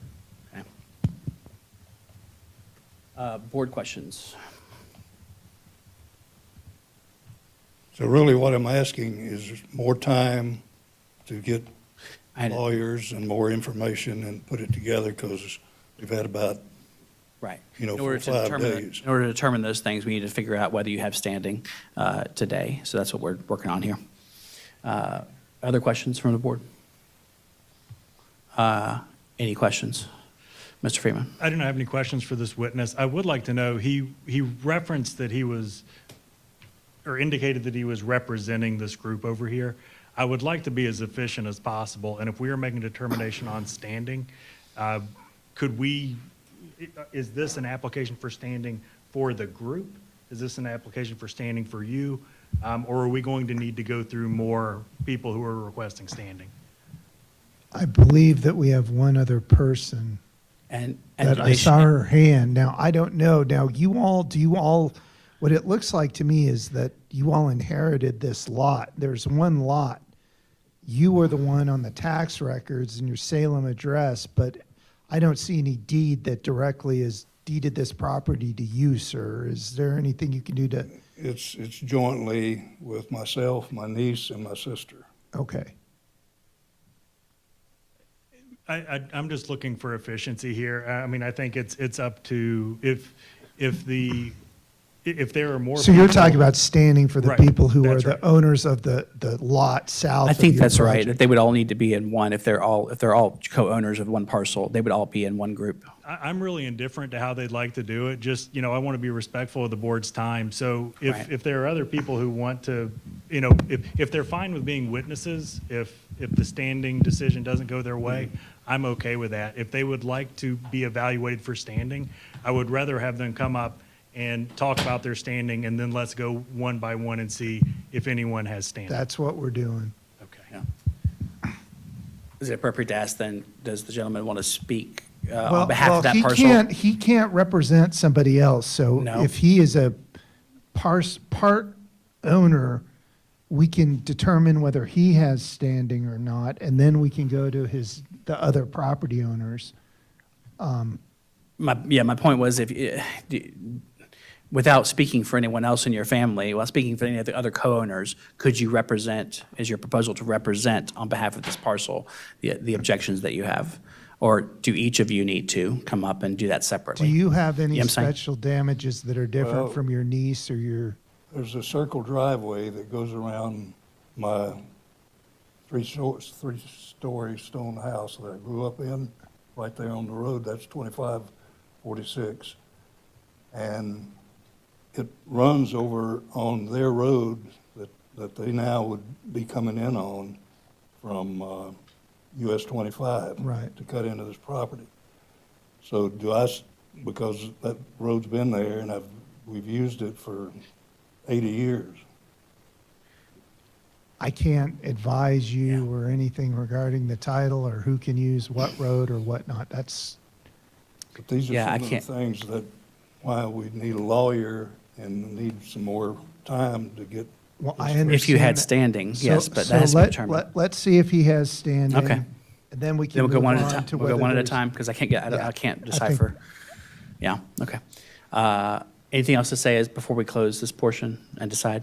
No. Okay, thank you, sir. Open for board deliberation and a motion. Personally, I haven't heard anything about damages, so I can't understand why there would be standing. Okay.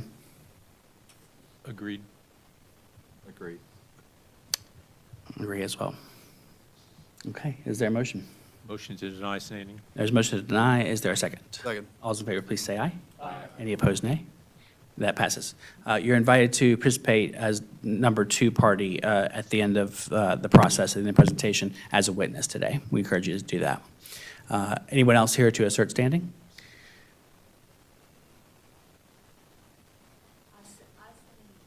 Yes. Do you want to do the witness as well? Yeah, let's do that. And yes, ma'am, as well? Okay, thank you. Anyone else here who did not send an email or notify us that wants to submit a standing application? Going twice, going 3 times. Thank you so much. Mr. Freeman. Mr. Chair, bear with me. I'm sorry. I did a poor job of getting my technology ready before I got here. No, you're good. Can I unplug this, Mr. Pennington? Ooh, Oh, okay, okay. Angelica. it might blow up.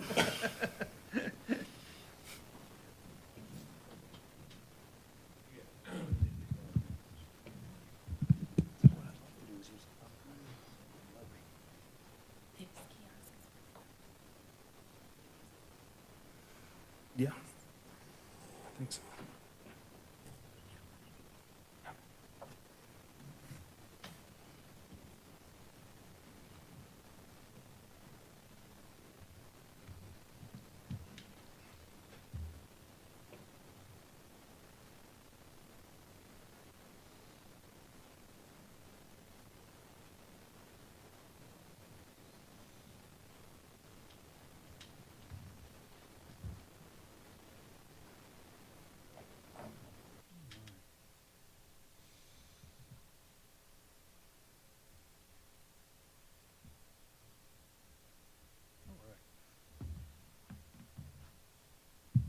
All right, Mr. Chair, members of the board, thank you for being here today. I know this has been a long meeting. We will try to be respectful of your time and move through this. We have one witness that we intend to call. This is a relatively simple project. This is a 22-unit development, so it's a much lower number than this board is used to seeing. But I think Mr. Carr Swicegood, who has long ties to Asheville, I don't think I've mentioned this, but I think to Mr. Swicegood, but on a personal note, I was raised on Little Pig's Barbecue, so this is an interesting one for me to be a part of. I'm just going to go ahead and call up Daniel Hyatt from Wade Trim, who's going to walk us through this project. All right. Please raise your right hand and state your name. Daniel Hyatt. Do you swear or affirm to tell the truth and nothing but the truth? I do. Thank you. And before I start asking questions, I do want to say I think Mr. Payne did a great job of introducing this project. This is the kind of project that brings 22 units, simple units of missing middle housing, of infill development. This is the sort of stuff we're looking for. It's close to a lot of things. We'll go through that here.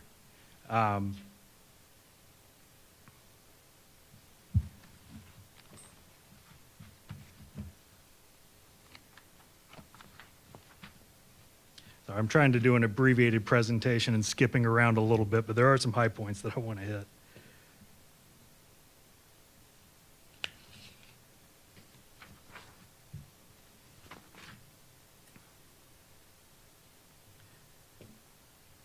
All right, so this is really the same information that Mr. Payne gave you, so I'm not going to go over it. But you can see the aerial of the property. I don't know if you've gotten to see it yet in color, but we're in South Asheville. We're pretty close to the airport, and we are on 25. We always do this analysis, so alignment with the comprehensive plan is not actually something that is required for your PUD 1 and SUP standards, but we think it's a good signal that something might be a good fit for the neighborhood. So we looked at this. This is the future land use here would be a mixed-use neighborhood, and I think that this project fits within those definitions, what you would see in a mixed-use neighborhood. Currently developed residential neighborhoods and new underdeveloped areas intended for medium to higher density residential development with a traditional neighborhood layout. So we're in R2, and this is where you might expect to find homes like this. There's a lot of stuff around this project. We have some things that stood out to me. Let's see. Across the street from Luther Ridge, which is a very beautiful area if you've ever gotten to the chance to be on that property. It's zoned conference resort, a nice area. It's a half a mile from the Lake Julian Playground, which is close to the Lake Julian Park. It's 1 mile from Launch Trampoline Park, 1 mile from Walmart, and I believe that there is a dog park, WAG bar, in that same mile area.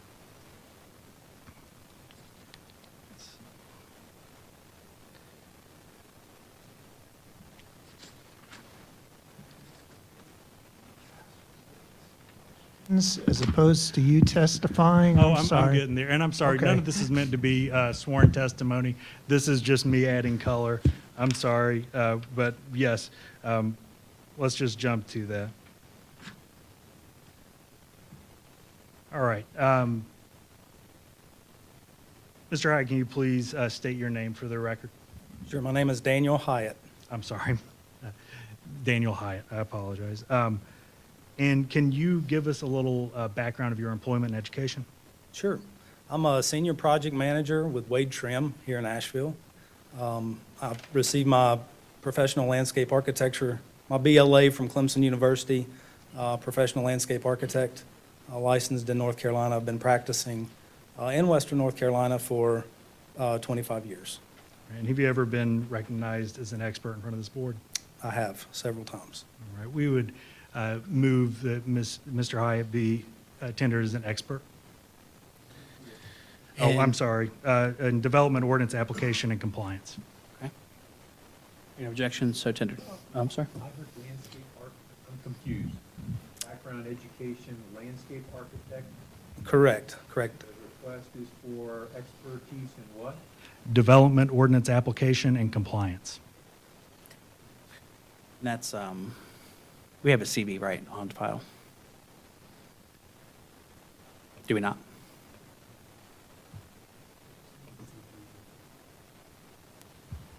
I don't believe we submitted a CV with the Okay. application. We certainly can. I'm looking through. That, and that was a very brief.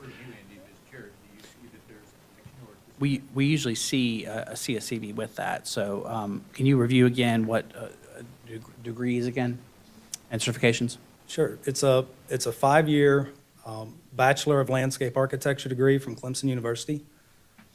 And I'm a professional landscape architect, licensed in the state of North Carolina. Okay.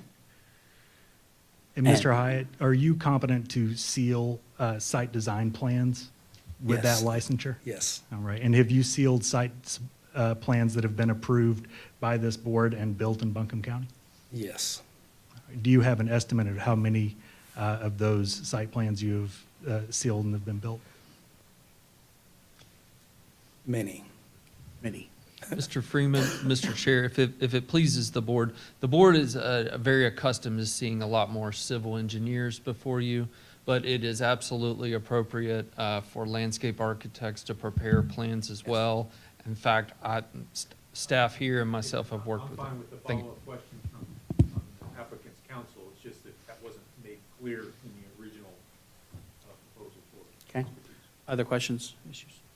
Okay. Hearing no objections, so tendered.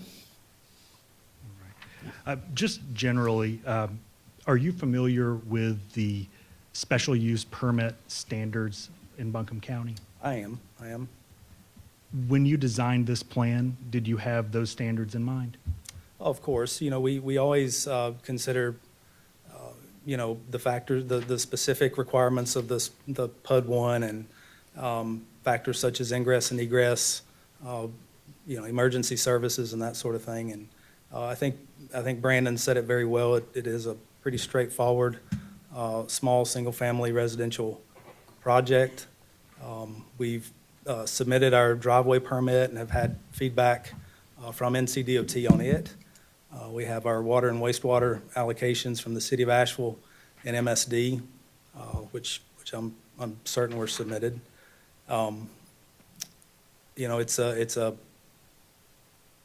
It's a straightforward project. We're asking for, minimal reductions in lot sizes and 2-foot setback variation. Similarly, did you take into consideration the county's planned unit development standards when you designed the site plan? We did, yes. And in your opinion, does this site plan meet the standards of the special use permits and the planned unit development standards? It does.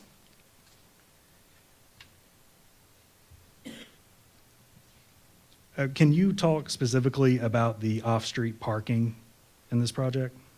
Sure. So the off-street parking provided is actually going to be in a 2-car garage for each unit. We're not proposing any driveway parking other than temporary guest and visitor parking. So 2 cars per lot will be in the garage. And can you talk about what mixture of homes we can expect to see in this project? Yeah, so while the exact footprint hasn't been nailed down just yet, it will be a mix of 1 and 2-story traditional looking single-family residential units. Mr. Chair, those would be my questions at this time. I would like to reserve the right to recall this witness if need be, and he's happy to answer any questions that this board might have. Okay. Are there board questions currently? Okay. Thank you. Thank you so much.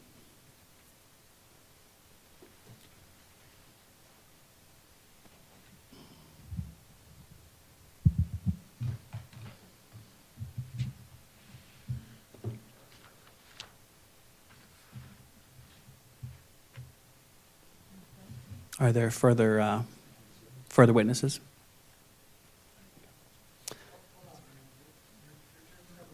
Are there further witnesses? Oh, no, those are our witnesses. Wonderful, okay. Anyone here wishing to speak as a witness from the public? We have 2 or 3. So, ma'am, that this would be your time This to would be come the up and time, yeah. speak.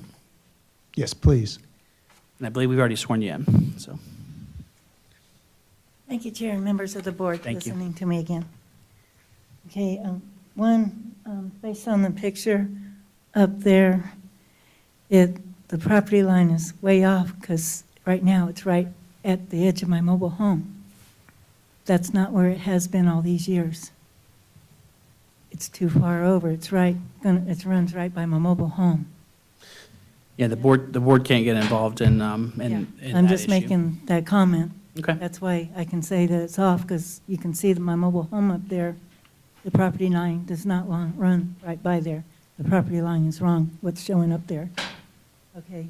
The other, mentions about the 2-car and guest. I'm familiar with the Nesbitt property. He'll talk on that too. But 2 guests per unit, what happens during parties or get-togethers for those houses? Where are they going to park? On his U-shaped driveway?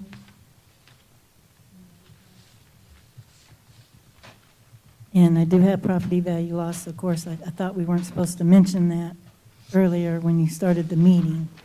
The property value loss based on that picture up there is going to be drastic. That's all my comments. Thank you, Chair and members of the board. Thank you.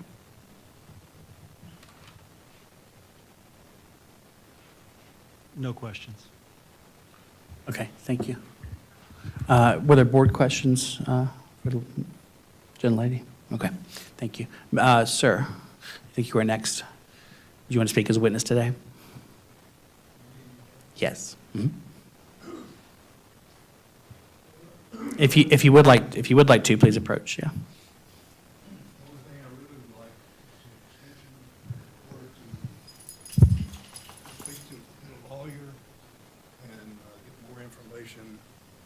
Than I've had to be able to do in 5 days. I've known about this. Okay. The board can take that request, of course, but without having standing, without being a party, we are not able usually to grant those requests. So, any other comments you want to make on the project? You want to make any comments? Okay. Let's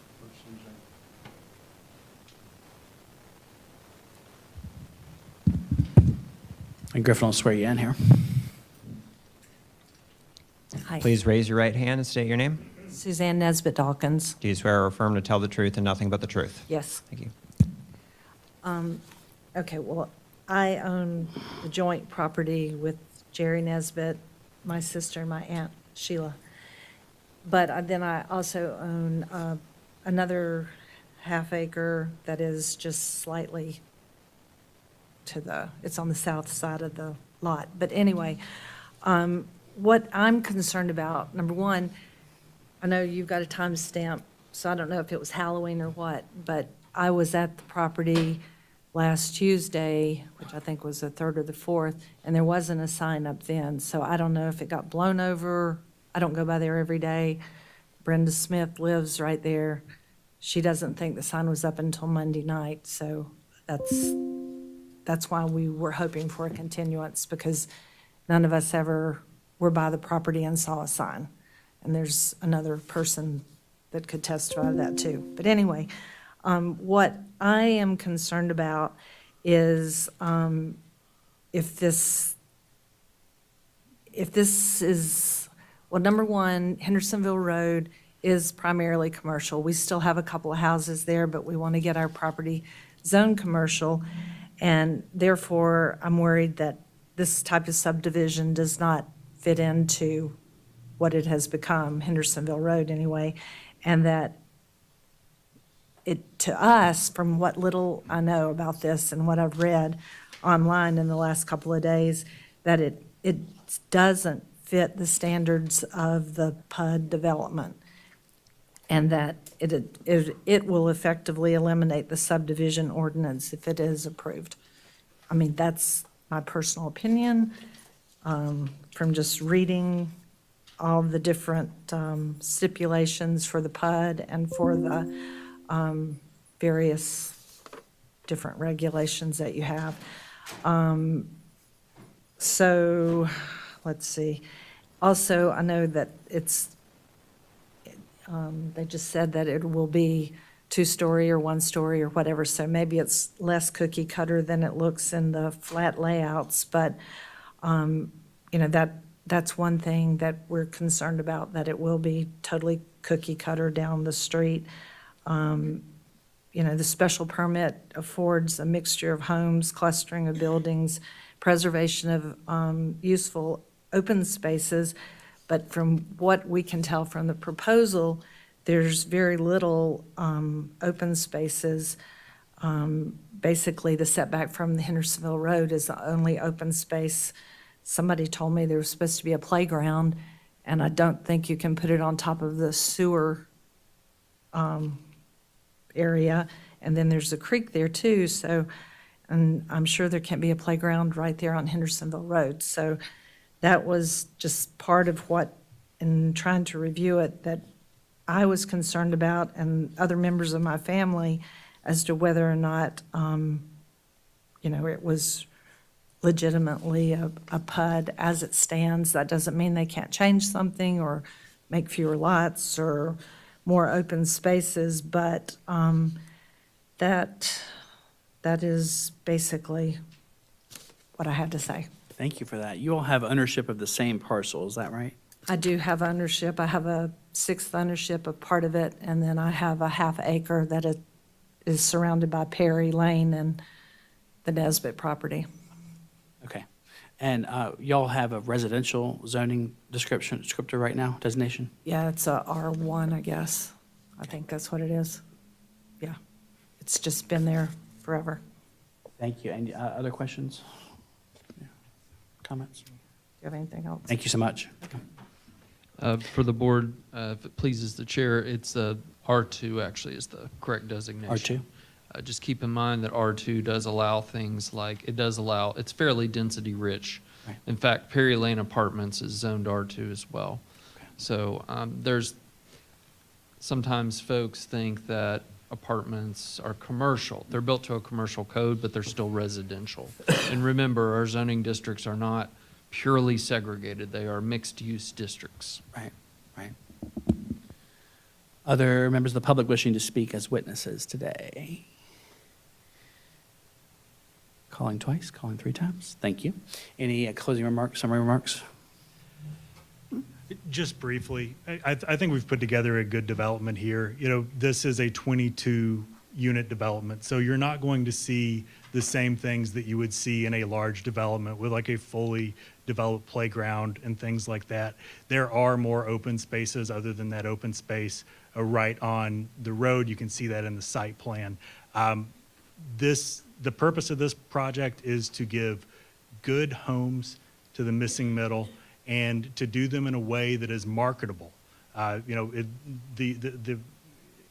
For us to get the housing that we need, it's got to make sense on the financial side. This is a project that strikes that balance.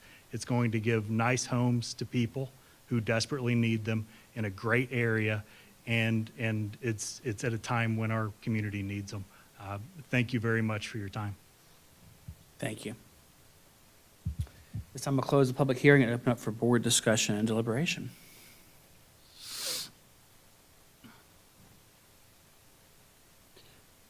I have a question.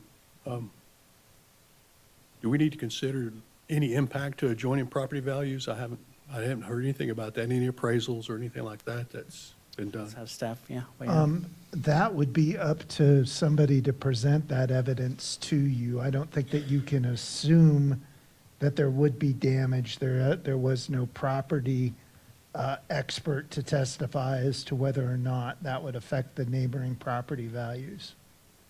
Yeah, if we heard from an appraiser, for instance, that would be evidence of that. So we can't consider, sorry, we've closed the public hearing, sir, I'm sorry. Without the evidence there, we can't really consider that as part of any claim either way, as part of the deliberation. Yeah? Yes, I agree.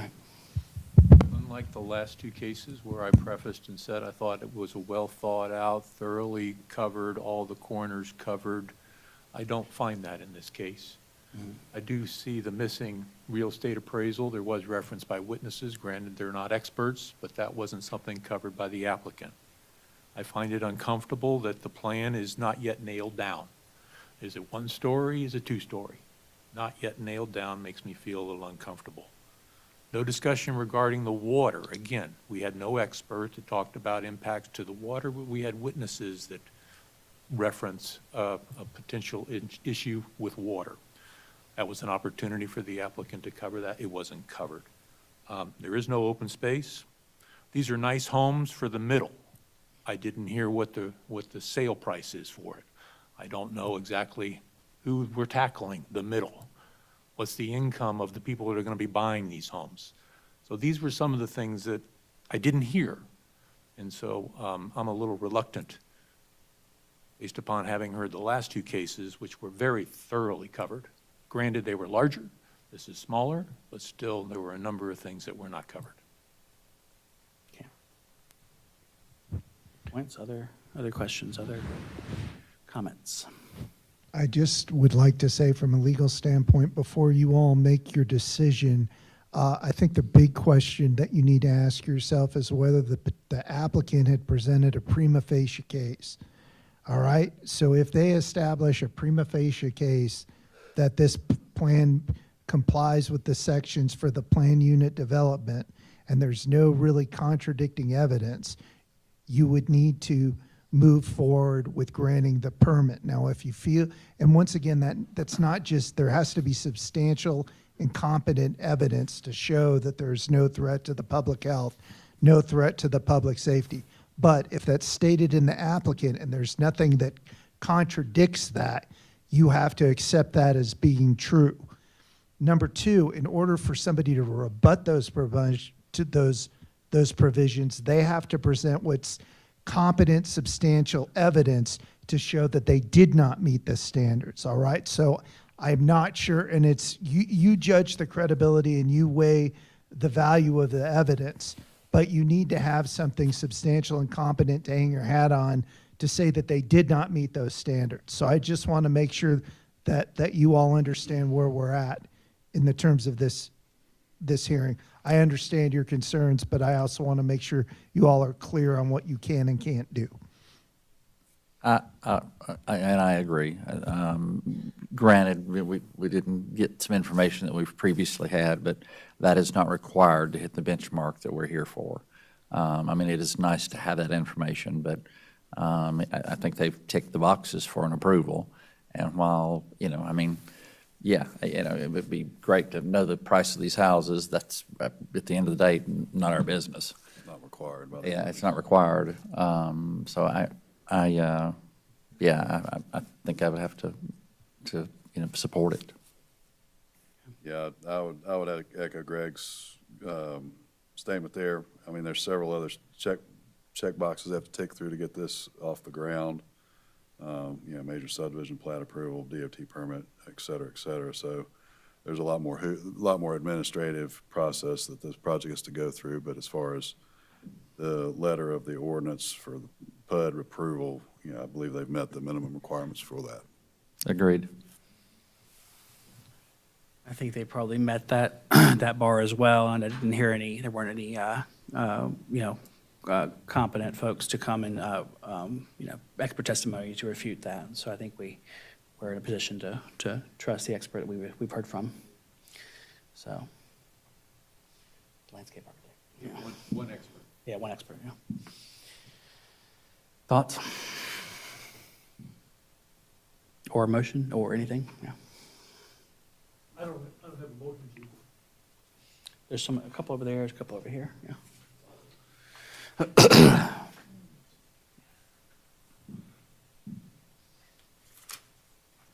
Haven't done one of these in. All right, Mr. Chair, Yes, sir.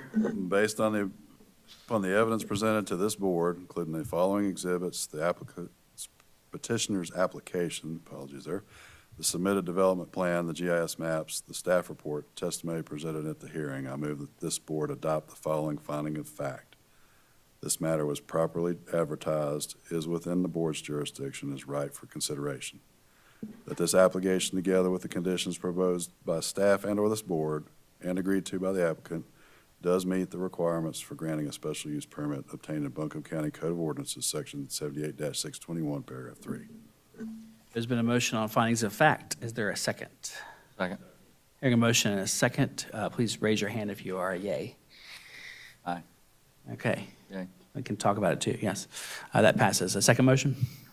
Mr. Chair, based upon the foregoing findings of fact and for the reasons set forth therein, I move that the requested special use permit be approved and that the order approving the permit be adopted and executed as presented and as modified in this meeting. There's been an approval motion. All those in favor, please raise your hand. Any opposed? As a yay, right? Joel? Yeah, okay. That passes. Thank you very much.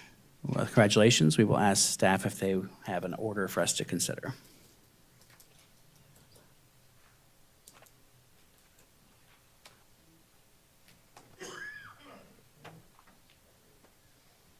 Okay.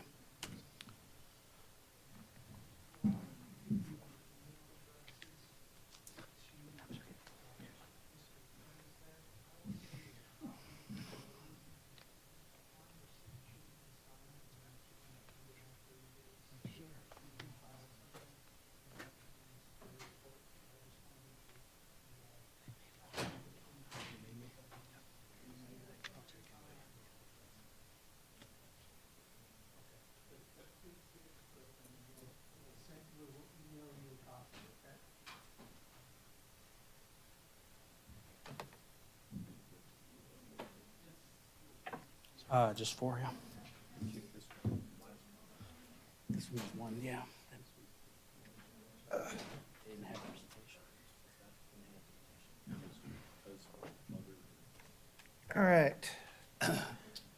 Mr. Chair, members of the board, I have the following application for a special, or the proposed order for a special use permit at 244 Hendersonville Road, that the board has considered, the applicant, the testimony, affidavits, Brandon, and Excuse me, Mr. Chair, it isn't 244, it's 2544. 25, I'm sorry, that was a misspeak on mine. Thank you very much, Paul, for paying attention. Appreciate it. That this matter was noticed and advertised and ripe for, and the board had jurisdiction and ripe for consideration. This is for a special use permit, plan unit development, one for a 22-unit single-family development. The property is located in the R2 zoning district, and that the applicant and parties withstanding were granted an opportunity to offer oral and documentary evidence.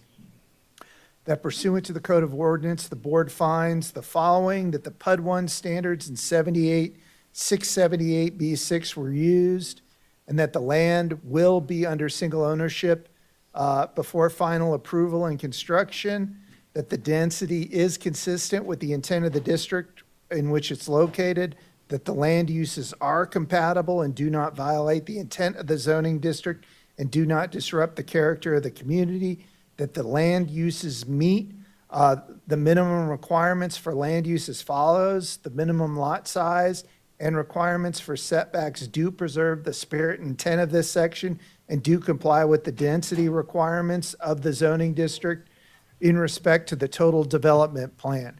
The proposed heights as set forth in this application does comply with the spirit and intent of this section with respect to the total development plan. The board finds that the minimum distance between buildings will ensure adequate air, light, privacy, and space for emergency vehicles. That the development does provide reasonable visual and acoustical property for the dwelling units. That the structures located on the perimeter of the development will be set back from the property line and right-of-way abutting streets in accordance with the zoning ordinance. That the board finds that the proposed parking does comply with the spirit and intent of this section.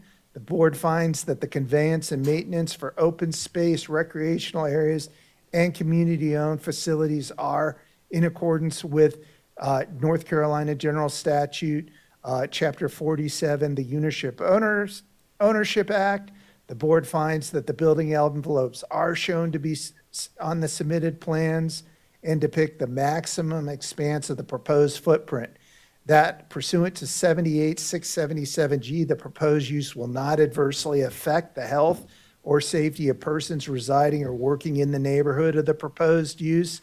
That the proposed use will not be detrimental to the welfare, public welfare, or injurious to the property or public improvements in the neighborhood. The proposed use will not cause or have an adverse effect on the surrounding properties due to noise, vibration, odor, or glare effects. Satisfactory ingress and egress of the proposed use of the property has been proposed, and the proposal has been provided.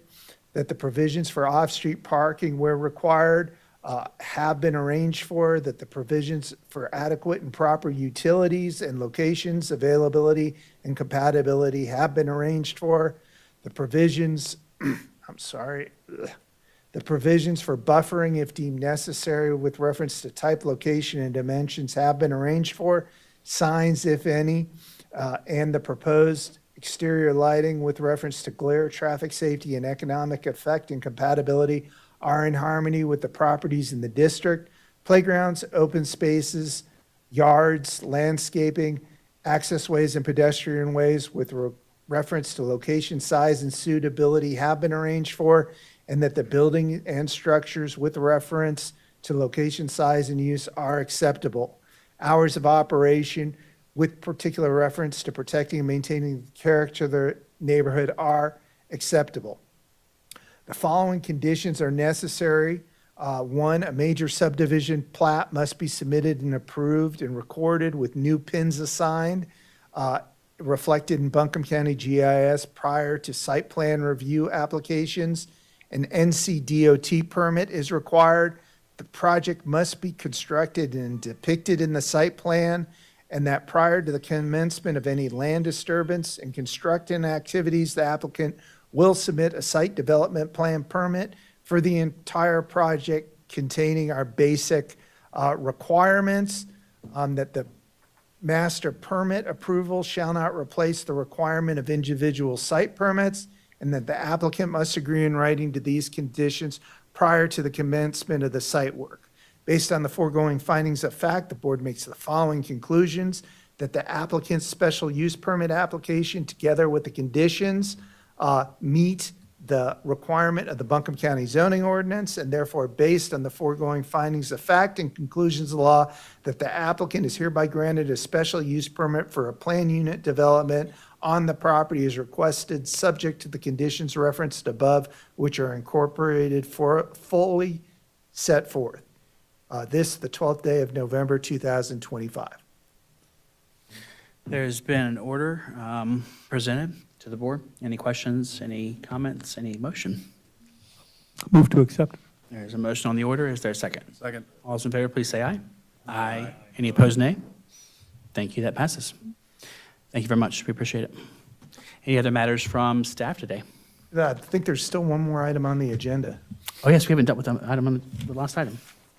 We have a 4 o'clock hard stop here, but we have one more application here for ZPH 2025-00032. The Villa Variance is continued from the October regular meeting. Did I understand correctly, we might need services, translation services for one of the applicants or party to this? Yes, that is what the applicant has confirmed to me today. I will say that I did, we had this discussion at the previous meeting, and I did reach out over email to confirm this. And I just want to make sure that I want to establish that we can have that, but we do need someone to be responsive if I were to reach out with any questions or needs in that regard. Right, so we can provide those services, of course, with notice in advance, and we weren't able to establish that need, to confirm that need for this meeting, is that right? So, with no response to that email. Yes, I had sent that email on the 31st of October, and the response I received did not confirm one way or the other as to whether that would be needed. Okay, and is one of the applicants here? Can you approach, sir? Yeah. Okay. And the dais is right over here. Just speak into the microphone, if you will. This one? Yeah. That one, no, that one up there. Sorry.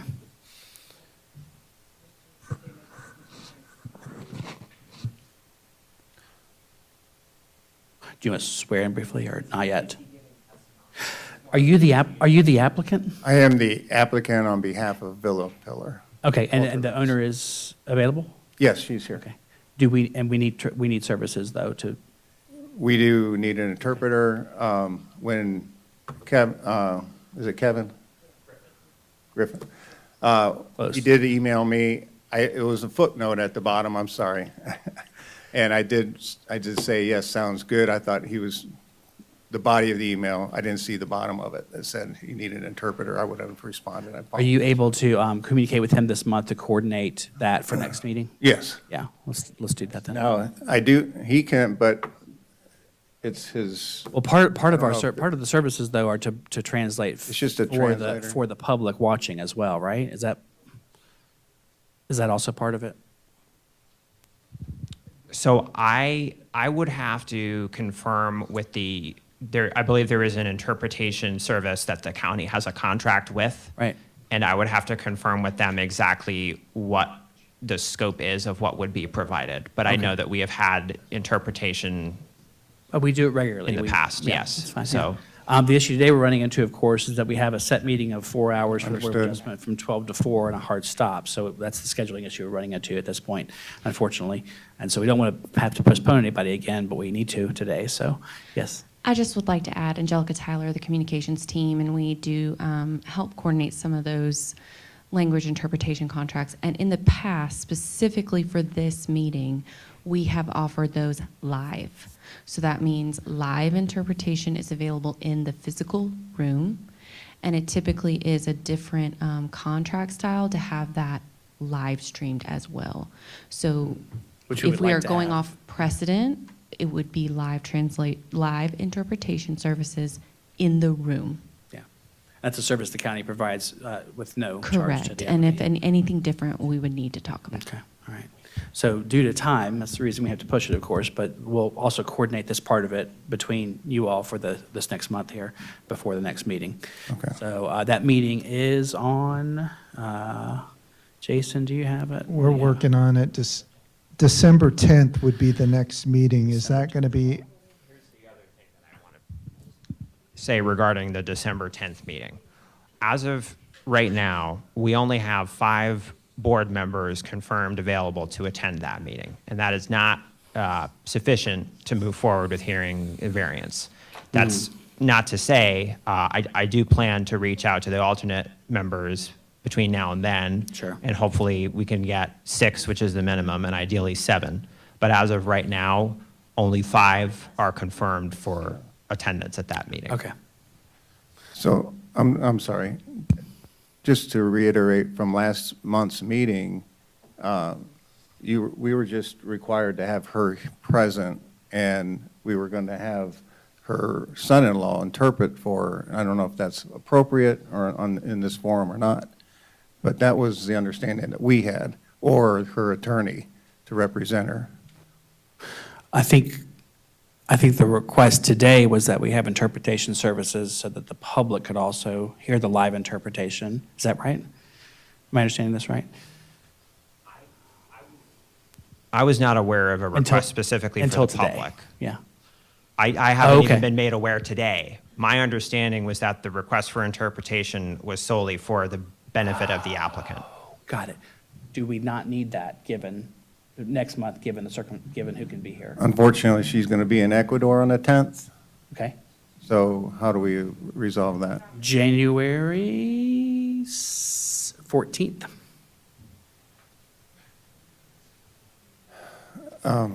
Yeah, I guess my biggest concern is her ongoing construction interest due to the time lapsed over this because we had a site plan review approved in error. We had a building permit, we were ready to move forward, and then there was some issues with the neighbor. So this has really caused her financial hardship, and we just want to kind of resolve this. Well, we have to go in, follow our rules of procedure and go in order of application, what we usually do. So I hate that it's been delayed once, but. Yeah, I mean, I guess it would be up to you all to decide whether, the financial hardship, it's better for her to be here on the 10th or to delay until January 14th. That's really something for you all to decide, but those are the two dates that we can hear it. And we can't really speak to how fast it'll go or any kind of, without I mean, opening you it would up get and doing it. priority on the 10th because you all did, because we weren't able to hear your hearing today. Then why weren't we on number 1 today? I don't understand why the continuance from last month, we should have been number 1 today. Well, I don't set the agenda, so. Okay. That's just the order of the agenda the board usually sets. But we also didn't hear back this month on the issue of whether we needed help. So I can also say that staff is aware of another issue pertaining to this case, and I believe Mr. Ellison and his client are here, and I don't know whether any communication has taken place between the parties in this matter. So that is another issue at play. Okay. So really up to y'all to decide the next few days whether you want to proceed next month with those with appearing before the board next month, or if you want to go to January. Yeah. Okay. Yeah. Thank you. And just let staff know as soon as you know. Okay. Yeah. And then if we do need, if staff does determine we do need interpretation services at that next meeting, then let's coordinate that if we can, if we need them. So they're going to get in touch with y'all on either way with their request to appear next month or January. Okay. We'll continue it for a date certain, table till December. November. Let's do December 10th, and then if December. it doesn't work on December 10th, we can continue it until January. Okay, we'll take a motion to table to December 10th. Motion to table till December 10th. There's been a motion and a second. All those in favor, please say aye. Aye. Any opposed, nay? Thank you. Yeah. Thank you, sir. Thank you. Very much. Thank you both. Yeah. You ready? Any other matters from staff today? Thank you, Nathan. Thank you, Jason, for joining us. This has been great. To adjourn. Yeah. There has been a motion. Is there a second? All those in favor, please stand up. Thank you.